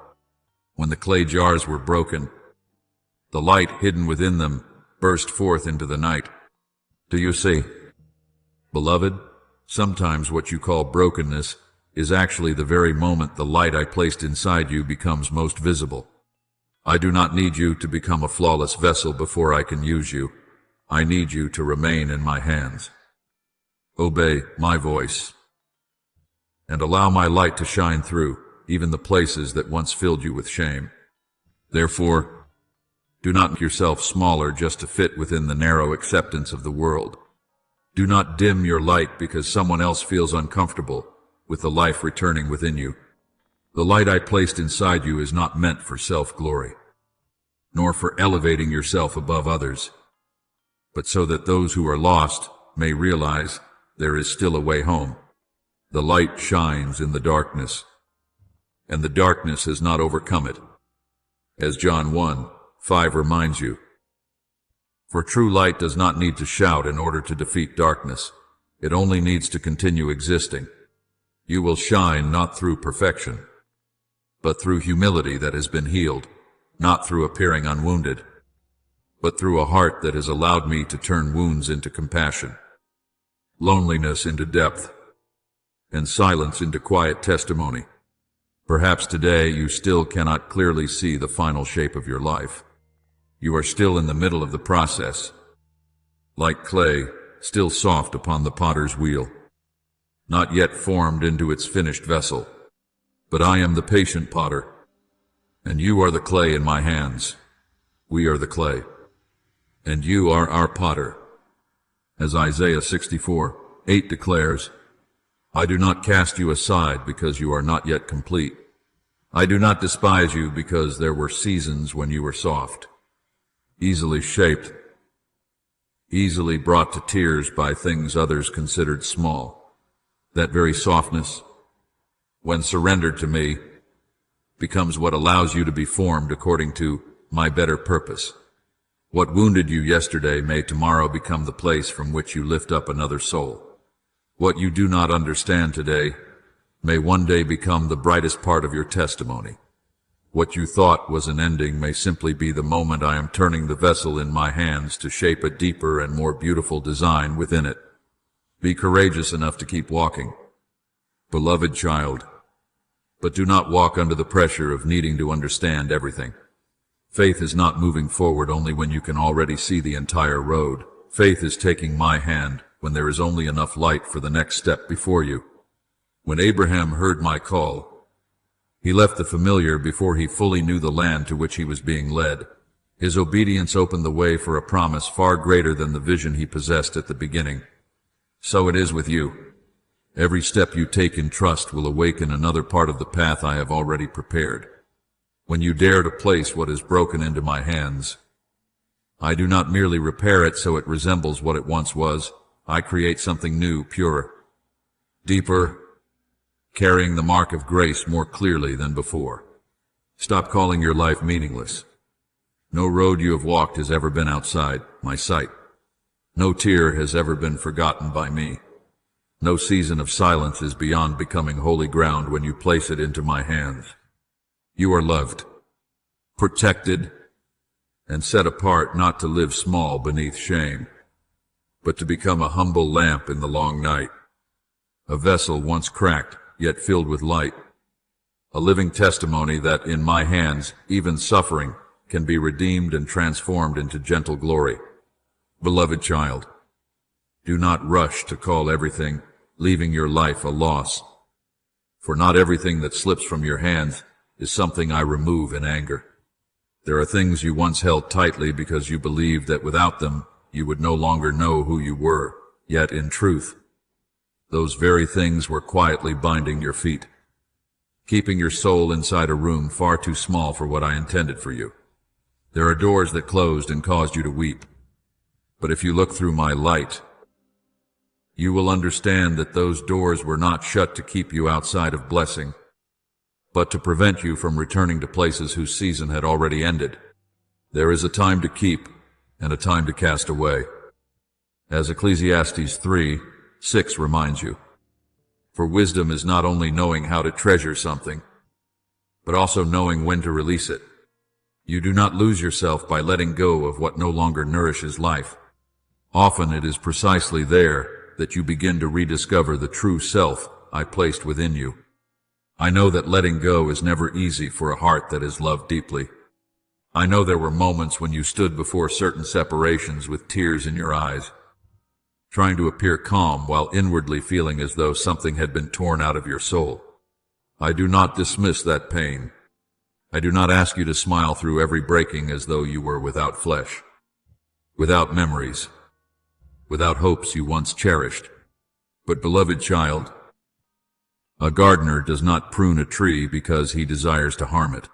He cuts away what must be cut so that life will not be wasted where fruit no longer grows. When my son declared that every fruitful branch is pruned by the Father so it may bear more fruit, in John 15:2, those words speak not only of pain, but also of trust. The hand that prunes may cause sorrow for a season, yet it is still the hand of the one who already sees the harvest that is coming. There are relationships that must step back from your life, so you may learn that your worth does not rest in the presence of any person apart from me. There are dreams that must break apart, so you may realize that what you asked for was sometimes far smaller than what I desired to give you. There are places that once made you feel you belonged, but later became old garments that no longer fit the soul I had expanded within you. You do not need to hate those things. You do not need to deny that they once mattered deeply. Give thanks that they were once part of your journey, and then leave them in my hands, forgetting those things which are behind and reaching forward to those things which are ahead. As Philippians 3:13 says, is not a command to erase your memories, but an invitation not to let old memories govern your new steps. Remember Ruth, beloved child. She walked through a very quiet kind of loss, the loss of her husband, the loss of stability, standing before an uncertain future alongside Naomi, a mother-in-law carrying bitterness within her own heart. To human eyes, Ruth's story could have ended in the sorrow of a widowed woman in the land of Moab. Yet Ruth chose to walk in faithfulness, leaving behind what was familiar to follow Naomi to Bethlehem. Even though she did not know what awaited her there, she did not walk in grandeur, but in humble love. Your people shall be my people, and your God, my God. As Ruth 1:16 declares. Do you see? Beloved, sometimes a new life begins not with the sound of triumphant trumpets, but with a faithful decision made among ashes. And from the poor field where Ruth gathered leftover grain, I opened the way for her to meet Boaz. And from that lineage, David himself would one day be born. What you believe is merely a season of loss may quietly be leading toward a stream of blessing greater than you can yet imagine. Therefore, do not fear the seasons in which I empty certain things from your life. Emptiness is not always a sign that you have been abandoned. Sometimes it is the space I am preparing so that something new may enter. A vessel already full of old things has no room for new wine. A room crowded with old noise struggles to hear my whisper. When I remove certain things from your life, I am not making your soul poorer. I am freeing you from dependencies you mistook for love, from pathways you mistook for safety, from dreams that quietly became idols within your heart. No discipline seems pleasant at the time, but painful later on. However, it produces a harvest of righteousness and peace. As Hebrews 12:11 says, and you will understand those words more clearly when you look back at the things that once made you weep, but ultimately set you free. There were moments when you became so weary that you no longer had the strength to pray long prayers. All you could offer were sighs, silence, and the longing for someone to understand how exhausted you truly were inside. I do not despise that condition. I do not meet you only in days when you are full of fire, full of faith, full of strength to keep moving. I also meet you when you are drained, when you no longer wish to explain yourself, when even past victories cannot keep your heart from collapsing inward. The Lord is near to the brokenhearted. In Psalm 34, 18, is the word I place over the days when you cannot stand as firmly as before. I do not always restore you through dramatic moments. Often I nourish you through a small measure of peace in the morning, a verse arriving at the right time, a quiet person remaining beside you, a deep sleep after many restless nights. My gentleness is also power. Beloved child, and one day you will realize that what I pruned away did not make you smaller, it made you truer, deeper, freer. What departed exposed the roots that still needed healing. What closed forced you to notice doors you had once ignored. What broke apart taught you to stop placing your ultimate hope in things that can change. I do not tear apart your life only to leave you abandoned among ruins. I am the one who makes all things new, as Revelation 21:5 declares. And the newness I bring is not merely paint spread over cracks, but restoration beginning from the foundation of the soul itself. Let me take the empty places you fear most and transform them into the places where my presence becomes most clearly known. Beloved child, walk through this season of letting go with the trust that I am still holding the pruning shears with love, not with abandonment. Do not cling to what I am gently loosening from your hands. Do not run back toward doors I have closed simply because the hallway ahead still feels unfamiliar. I know you are hurting, but I also know you will bear fruit. I know you grieve, but I also know what will truly set you free. I know you cannot yet see the harvest, but I have already seen the field. Let the tears of today water the ground I am preparing. Let the empty spaces become the places where new seeds are planted. And remember this, you are not being lost while I prune you. You are being preserved so that you may become the very shape my love intended for you from the beginning. Beloved child, there are things within you that the world has been too quick to call weakness simply because people were never quiet enough to understand their depth.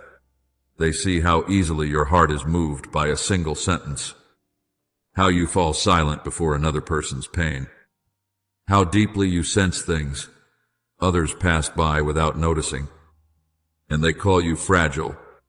But I tell you this, not every sensitivity is a fracture of the soul.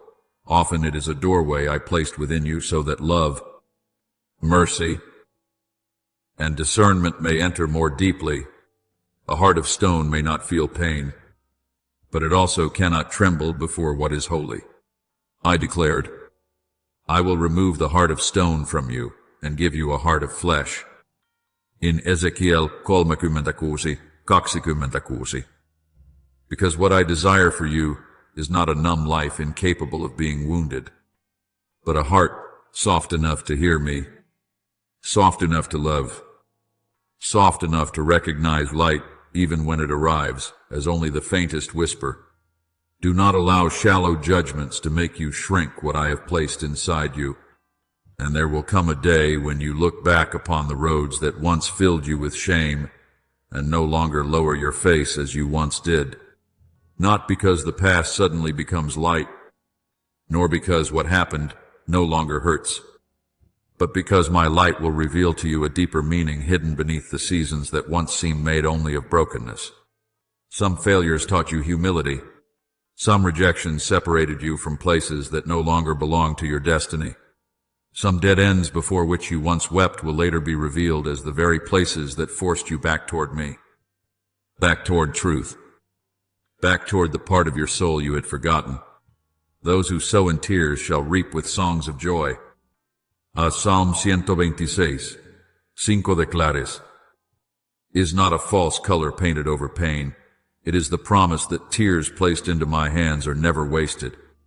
I can take the very places where you once fell and build within you a strength you never possessed before. Do not be afraid if today you still find yourself in the middle of the process, unable to see the final shape of what I am doing. A seed buried beneath the soil cannot see the sky, cannot hear the praise of people, cannot know when its first shoot will break through the darkness. Yet in that hidden place, life is already unfolding. So it is with you. There are works I am doing within you that cannot be measured by daily emotions, cannot be proven by outward signs, cannot yet be explained to those who see only the surface. God gives the increase. As 1 Corinthians 3:7 reminds you, for the deepest growth does not come from your striving, but from my quiet hand at work. Therefore, do not panic because you do not yet understand everything. Do not conclude that you are standing still simply because you cannot yet see flowers blooming. Roots often grow in darkness before the tree is ever seen in the light. Remember Hannah, beloved child. She carried within herself a sorrow that those around her could not understand. Her barrenness was not merely an outward circumstance, but a hidden wound that caused her to be mocked, misunderstood, and left weeping in silence many times. When she prayed in the temple, her lips moved, though no sound came out, so much so that the priest Eli thought she was drunk. Do you see? Beloved, some pains run so deep that even the way you express them is misunderstood by others. But I heard that voiceless prayer. I saw her heart when no one else could rightly interpret her tears. And from the place that once seemed filled only with shame, I gave Samuel, a prophet set apart for his generation. Therefore, when others fail to understand your depth, do not quickly believe that I fail to understand it too. The Lord does not see as man sees. Man looks at the outward appearance, but the Lord looks at the heart. As 1 Samuel 16:7 declares, perhaps the most painful things in your life are not the worst things. Beloved child, if they are placed into my hands, I do not say this to diminish the nights when you could barely breathe, nor do I ask you to call your wounds blessings while they are still bleeding. But I want you to know that I have the power to redeem what once seemed determined to destroy you. There were parts of your old self that needed to be broken apart, not so you would lose your dignity, but so a new heart could have room to be formed. There were defenses that once helped you survive, but later prevented you from receiving love. There were dreams that were once beautiful, but if they became the place where you placed your entire identity, I would gently loosen them from your grasp, so that you would not worship the gift more than the giver. For I know the plans I have for you, plans for peace and not for evil, to give you a future and a hope. In Jeremiah 27:7 still stands firm, even when you cannot yet see that future taking shape. And then, as healing takes deeper root within you, you will no longer live merely trying to escape your memories. You will no longer wake each morning with the single task of forgetting what has happened. I will teach you a different kind of peace, the peace of someone who can look back without being consumed. Remember, without remaining chained. Speak of their story not to awaken shame again, but to testify to grace. If anyone is in Christ, he is a new creation. Old things have passed away. Behold, all things have become new. In 2 Corinthians 5:17 does not mean your memories are erased from you, but that their power over you has been transformed. What once ruled you will become something I use to teach you compassion. What once filled you with fear will become the place where you learn to pray more deeply. What once convinced you that you had no value will become proof that my love never abandoned you in any season of your life. Therefore, beloved child, do not apologize because your soul is deeper than the narrow patterns of this world. Do not despise the heart that trembles at the fragility of others. Do not call your uniqueness a burden if I placed it within you as part of your calling. Someone who has never watched the sun rise beyond the mountains may think light is ordinary. Someone who has never walked through a long night will not understand why dawn can make another person weep. But you have passed through your own depths, and I will not allow those journeys to become meaningless. When the time comes, you will emerge not as someone dragged endlessly by the past, but as a soul refined, gentle yet not easily broken, deep yet not swallowed by darkness, sensitive yet filled with holy strength. Continue allowing me to work within you. What you do not understand today will one day be brought fully into the light.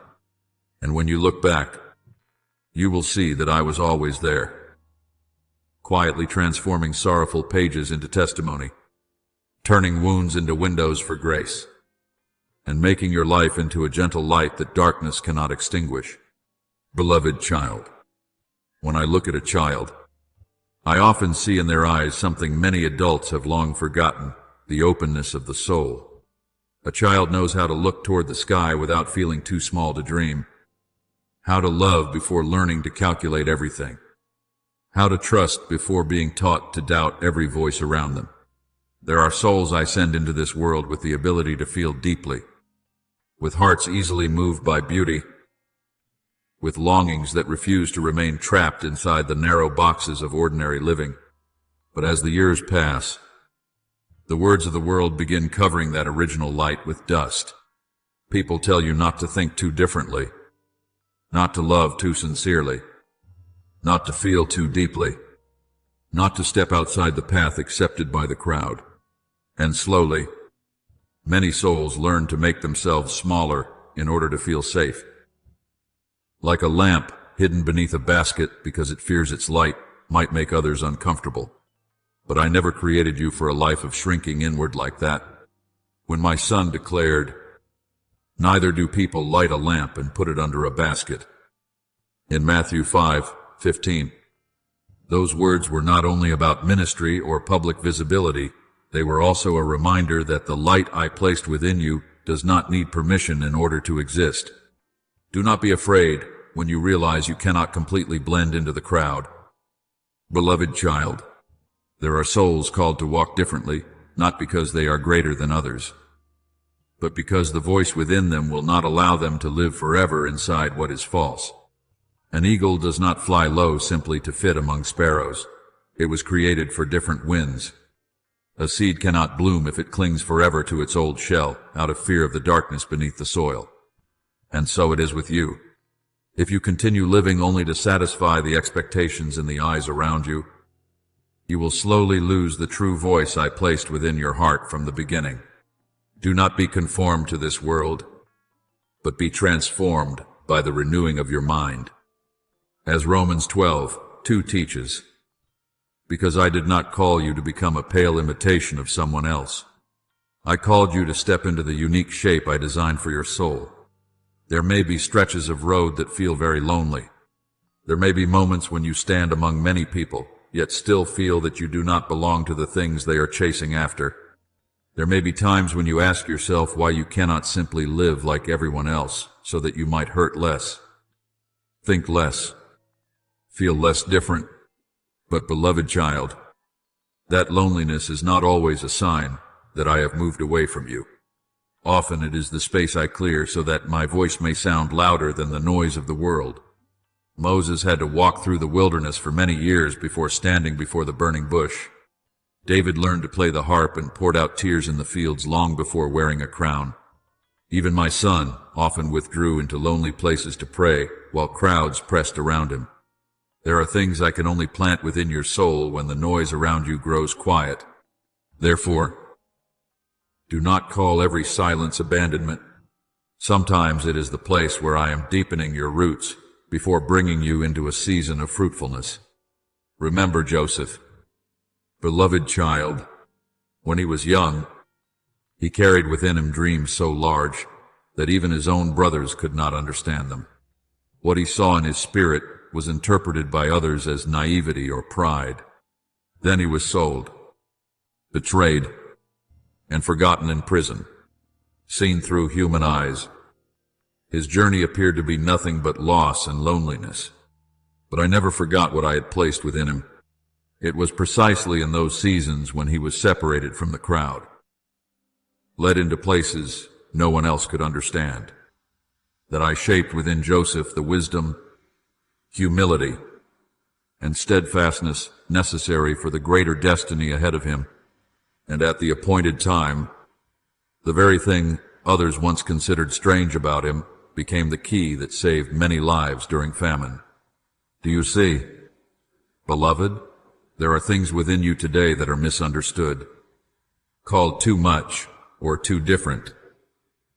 But in my hands, those very things may become the place from which life flows to others in their appointed season. I also want you to understand this. Your life will heal others more than you realize. Not through long sermons or through trying to prove how strong you are, but through the simple courage of living honestly within the light I have given you. Someone who has spent years shrinking themselves in order to be loved will begin opening their heart when they see that you are no longer ashamed of your difference. A soul that once believed they were too sensitive will stop hating themselves when they see you using that sensitivity to love, to show compassion, to listen to the things others overlook. You are the letter of Christ. As 2 Corinthians 3:3 says, and many times your transformed life will speak louder than 1,000 sermons. True light does not need to shout in order to prove it is light. It simply remains faithfully present, and the darkness begins to retreat. But I know there will still be days when you doubt yourself. There will be nights when the old words of others return like a cold wind passing through your memory, that you are too weak, too different, too dreamy, too hard to understand. Sometimes even you will wonder whether you are walking the wrong way simply because you do not resemble the crowd. And when that happens, I want you to remember that the voice which defines your identity is not the voice of the crowd, nor the voice of old fear inside your mind. The most important voice is the voice of the one who created you before the world ever placed any label upon your soul. Do not fear, for I have redeemed you. I have called you by your name. You are mine. In Isaiah 43:1 is the word I want to engrave deeply within your heart. You do not belong to the evaluations that shift with human emotion. You belong to me. Therefore, do not keep apologizing simply because you carry a light that differs from those around you. Do not force yourself to become smaller just to be more easily accepted. I do not need you to become an echo of the crowd. I want you to become the true voice I placed within your heart from the beginning. Let your heart continue to feel deeply without shame. Let your soul continue to tremble before beauty without accusing yourself of being too much. Let the light I placed within you breathe. For the world does not need more souls who have learned to turn themselves off in order to blend in. The world needs people who dare to live in truth, who dare to love without excessive self-protection, who dare to walk in my gentle light even when not everyone understands them. Beloved child, I did not call you to become like everyone else. I called you to become truly yourself in me. And when you stop hiding from what I have placed within you, you will no longer live under the fear of rejection. You will walk with the peace of one who knows they have been called by a love greater than every judgment spoken against them. One day, you will look back and understand that what made you different was not a burden to conceal, but a gift to be purified and placed into my hands. Then the light within you will no longer tremble in fear. It will burn softly, humbly, and steadily like a lamp set upon a stand, not seeking display, but bright enough to guide other souls wandering through the long night. Beloved child, do not tell yourself that if you keep stepping back, someone else will simply rise up in your place and leave no emptiness behind. Yes, my will is not hindered by human weakness, and I can use many vessels to accomplish what I have ordained. But what I have placed within your life carries a tone of its own, one that no other soul can fully imitate. A great piece of music may continue if one instrument falls silent, but the conductor still knows that the harmony is missing, a note created uniquely for that place. So it is with you, beloved. There are people who will never be touched in quite the same way if you continue hiding your light in fear. There are souls waiting to see someone walk forward while still trembling yet remaining faithful, so they may know that hope is not only for those who were strong from the beginning. As each one has received a gift, use it to serve one another. As at Peter 5:10 reminds you, because what I have entrusted to you was not given for you to keep to yourself, but to become a stream of life flowing toward others. I know there are times when you think you are not good enough to begin. You look at your shortcomings, your stumbles, and the limitations still present within you, then conclude that perhaps I called the wrong person. But, beloved child, I have never waited for a perfect soul before calling it to walk forward. If that were so, no one would be qualified to stand before me. When I called Moses, he did not stand before me with blazing confidence. He trembled before the burning bush and repeatedly searched for reasons to step back. He looked at the weakness of his own speech and forgot to look at the one who was sending him. But I declared, I will be with your mouth and teach you what you shall speak. In Exodus 4:12, do you see? I did not deny his weakness. I simply showed him that my presence was greater than what he lacked. Many times, the very place that makes you believe you are unfit is where I desire to reveal my power most clearly. Remember, young David, beloved child, when the prophet Samuel came to anoint the future king, everyone assumed the tall and powerful brothers would surely be chosen. David was not even called in at first. He was outside in the fields with the sheep, unnoticed in the eyes of many. But I saw what others could not see. Man looks at the outward appearance, but the Lord looks at the heart. In at Samuel Sexton, Shu, is how I look at you today. I do not choose according to the standards the world exalts.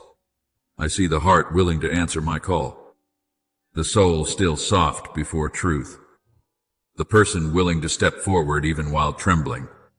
And it was that same shepherd boy, considered small and insignificant, who stood before Goliath while older warriors were paralyzed by fear. David did not overcome because he felt no fear within himself. He overcame because he believed that I, who was with him, was greater than the fear standing before him. You often think strength must come first before you can obey. But in my kingdom, obedience itself often opens the door to the strength you lack.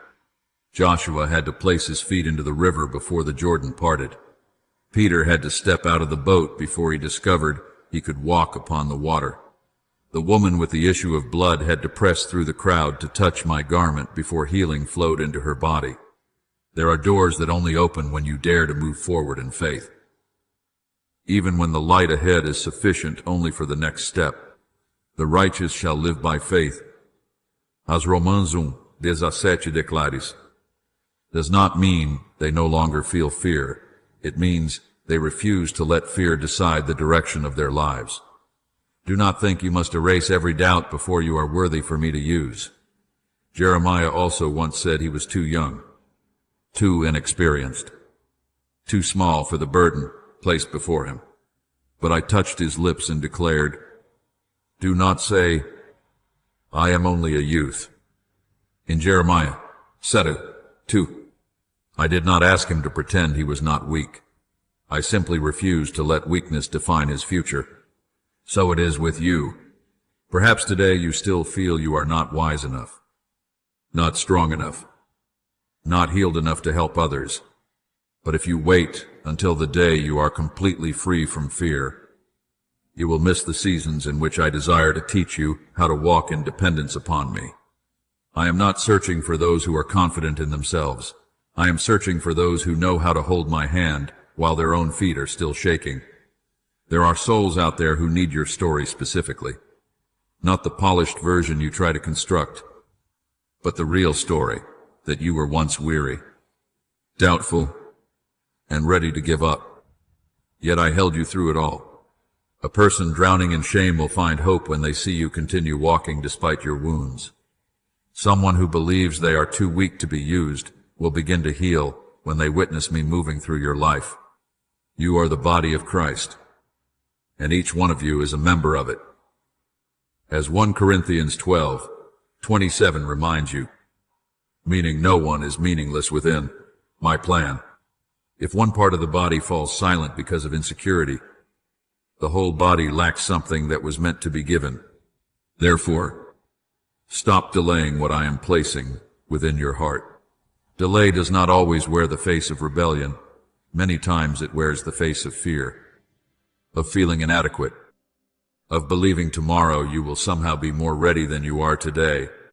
But beloved child, many things I desire to form within you can only be shaped while you walk with me, not while you remain still waiting to become perfect.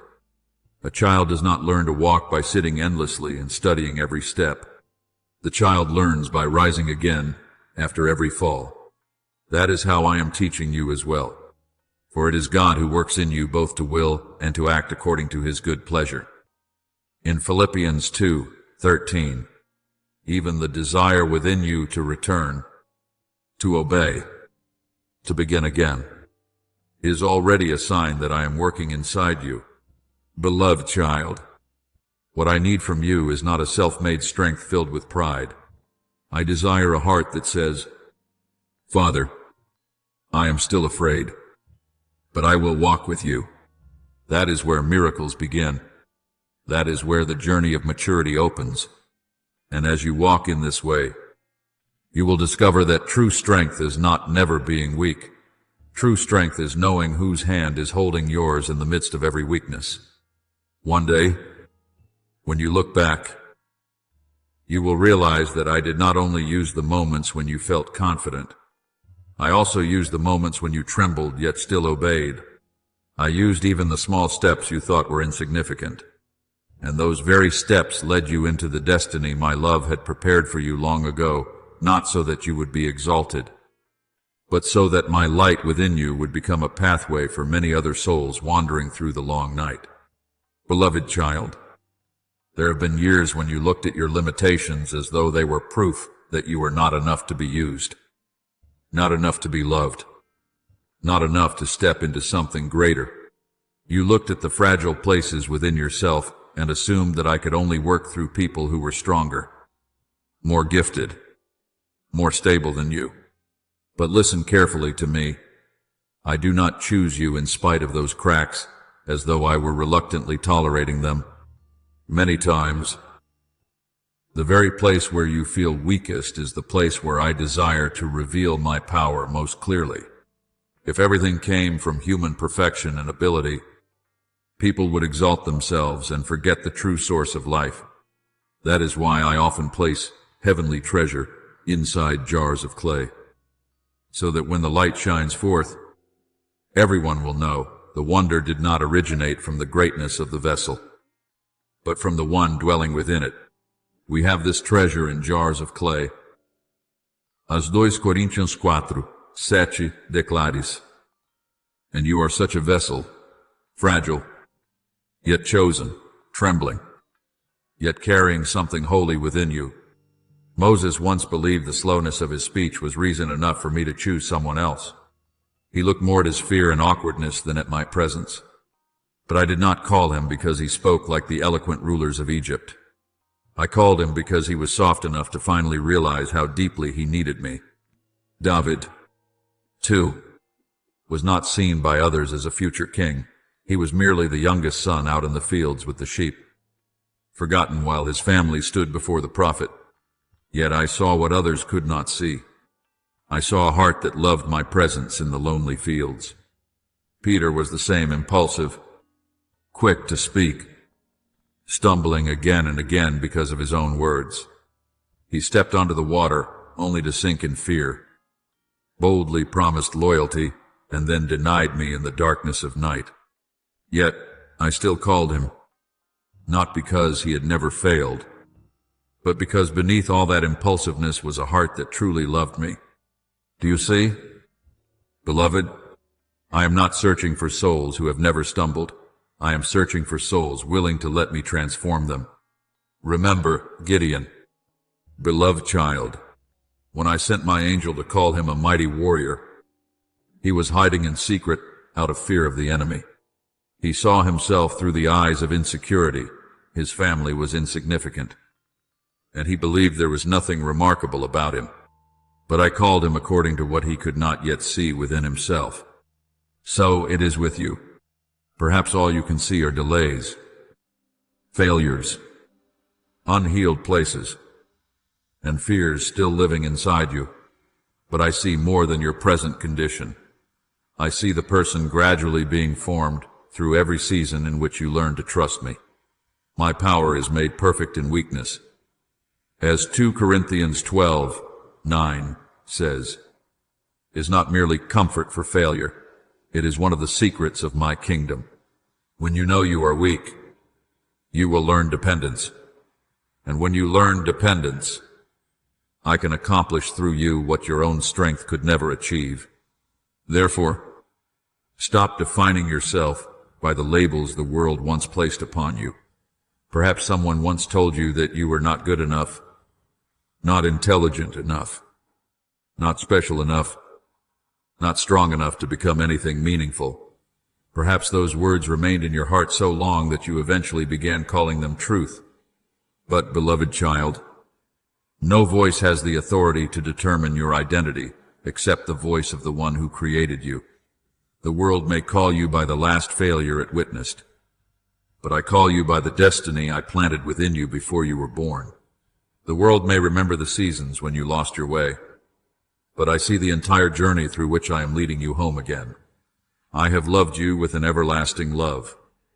In Jeremiah 20:23 is not a promise built upon your performance. It flows from my very nature. My love does not change according to the moods of the crowd, nor does it withdraw when you pass through seasons of weakness. You do not lose your value simply because there were seasons when you did not fully live according to what I called you to be. A coin fallen into the mud does not lose its nature. It only needs to be lifted up and cleansed. So it is with you. Perhaps you have passed through seasons that made you question everything, question your calling, question your future, question whether your life could still be used for anything beautiful or good. But my view of you has never changed. I have called you by your name, you are mine. As Isaiah 43:1 declares, still stands firmly over your life, even in the days when you felt most lost. You do not belong to your mistakes. You do not belong to the words that made you shrink within yourself. You belong to me, and the day will come when you stop living merely to become the version of yourself that others find easiest to accept. You will no longer wake each morning haunted by the need to prove your worth through human approval. You will begin to walk in the quiet freedom of one who knows they are loved before accomplishing anything great. And when that happens, your soul will unfold like a flower, finally daring to open after a long winter. No longer curled inward in fear. No longer apologizing for your light. No longer trying to transform yourself into a copy of someone else. If the Son sets you free, you shall be free indeed. As John 8:36 says, and that freedom is not the freedom to do whatever you desire. It is the freedom to become who I created you to be. You will come to understand that you were not born to dissolve into the crowd like a faint echo. I created you to reflect a unique portion of heaven's beauty upon the earth. Some reflect gentleness. Some reflect courage. Some reflect mercy. And some reflect faithfulness through long and difficult seasons. And you also carry a distinct shade within my light. If you continue hiding that because you fear being different, then the world will lose a beauty that only your life was meant to reveal. You are a chosen generation, a royal priesthood, a holy nation. As 1 Peter 2:9 reminds you, not as a title for pride, but as a reminder that you have been set apart for something higher than merely surviving from day to day. Therefore, beloved child, Stop despising your own fragility. Stop looking at your cracks as proof that you are useless. Stop calling your uniqueness a burden that must be hidden away. Place everything into my hands, both your light and your darkness, both your strength and your fears, both the parts of yourself you are proud of and the parts you still feel ashamed of. I do not need a version of you pretending to be perfect. I want the real you, and when you allow me to touch that truth, I will do what only I can do, turn a clay vessel into a dwelling place for glory. Turn someone who once doubted themselves into a source of hope for others. And turn your life into a living testimony that my grace is stronger than every limitation the world once placed upon you.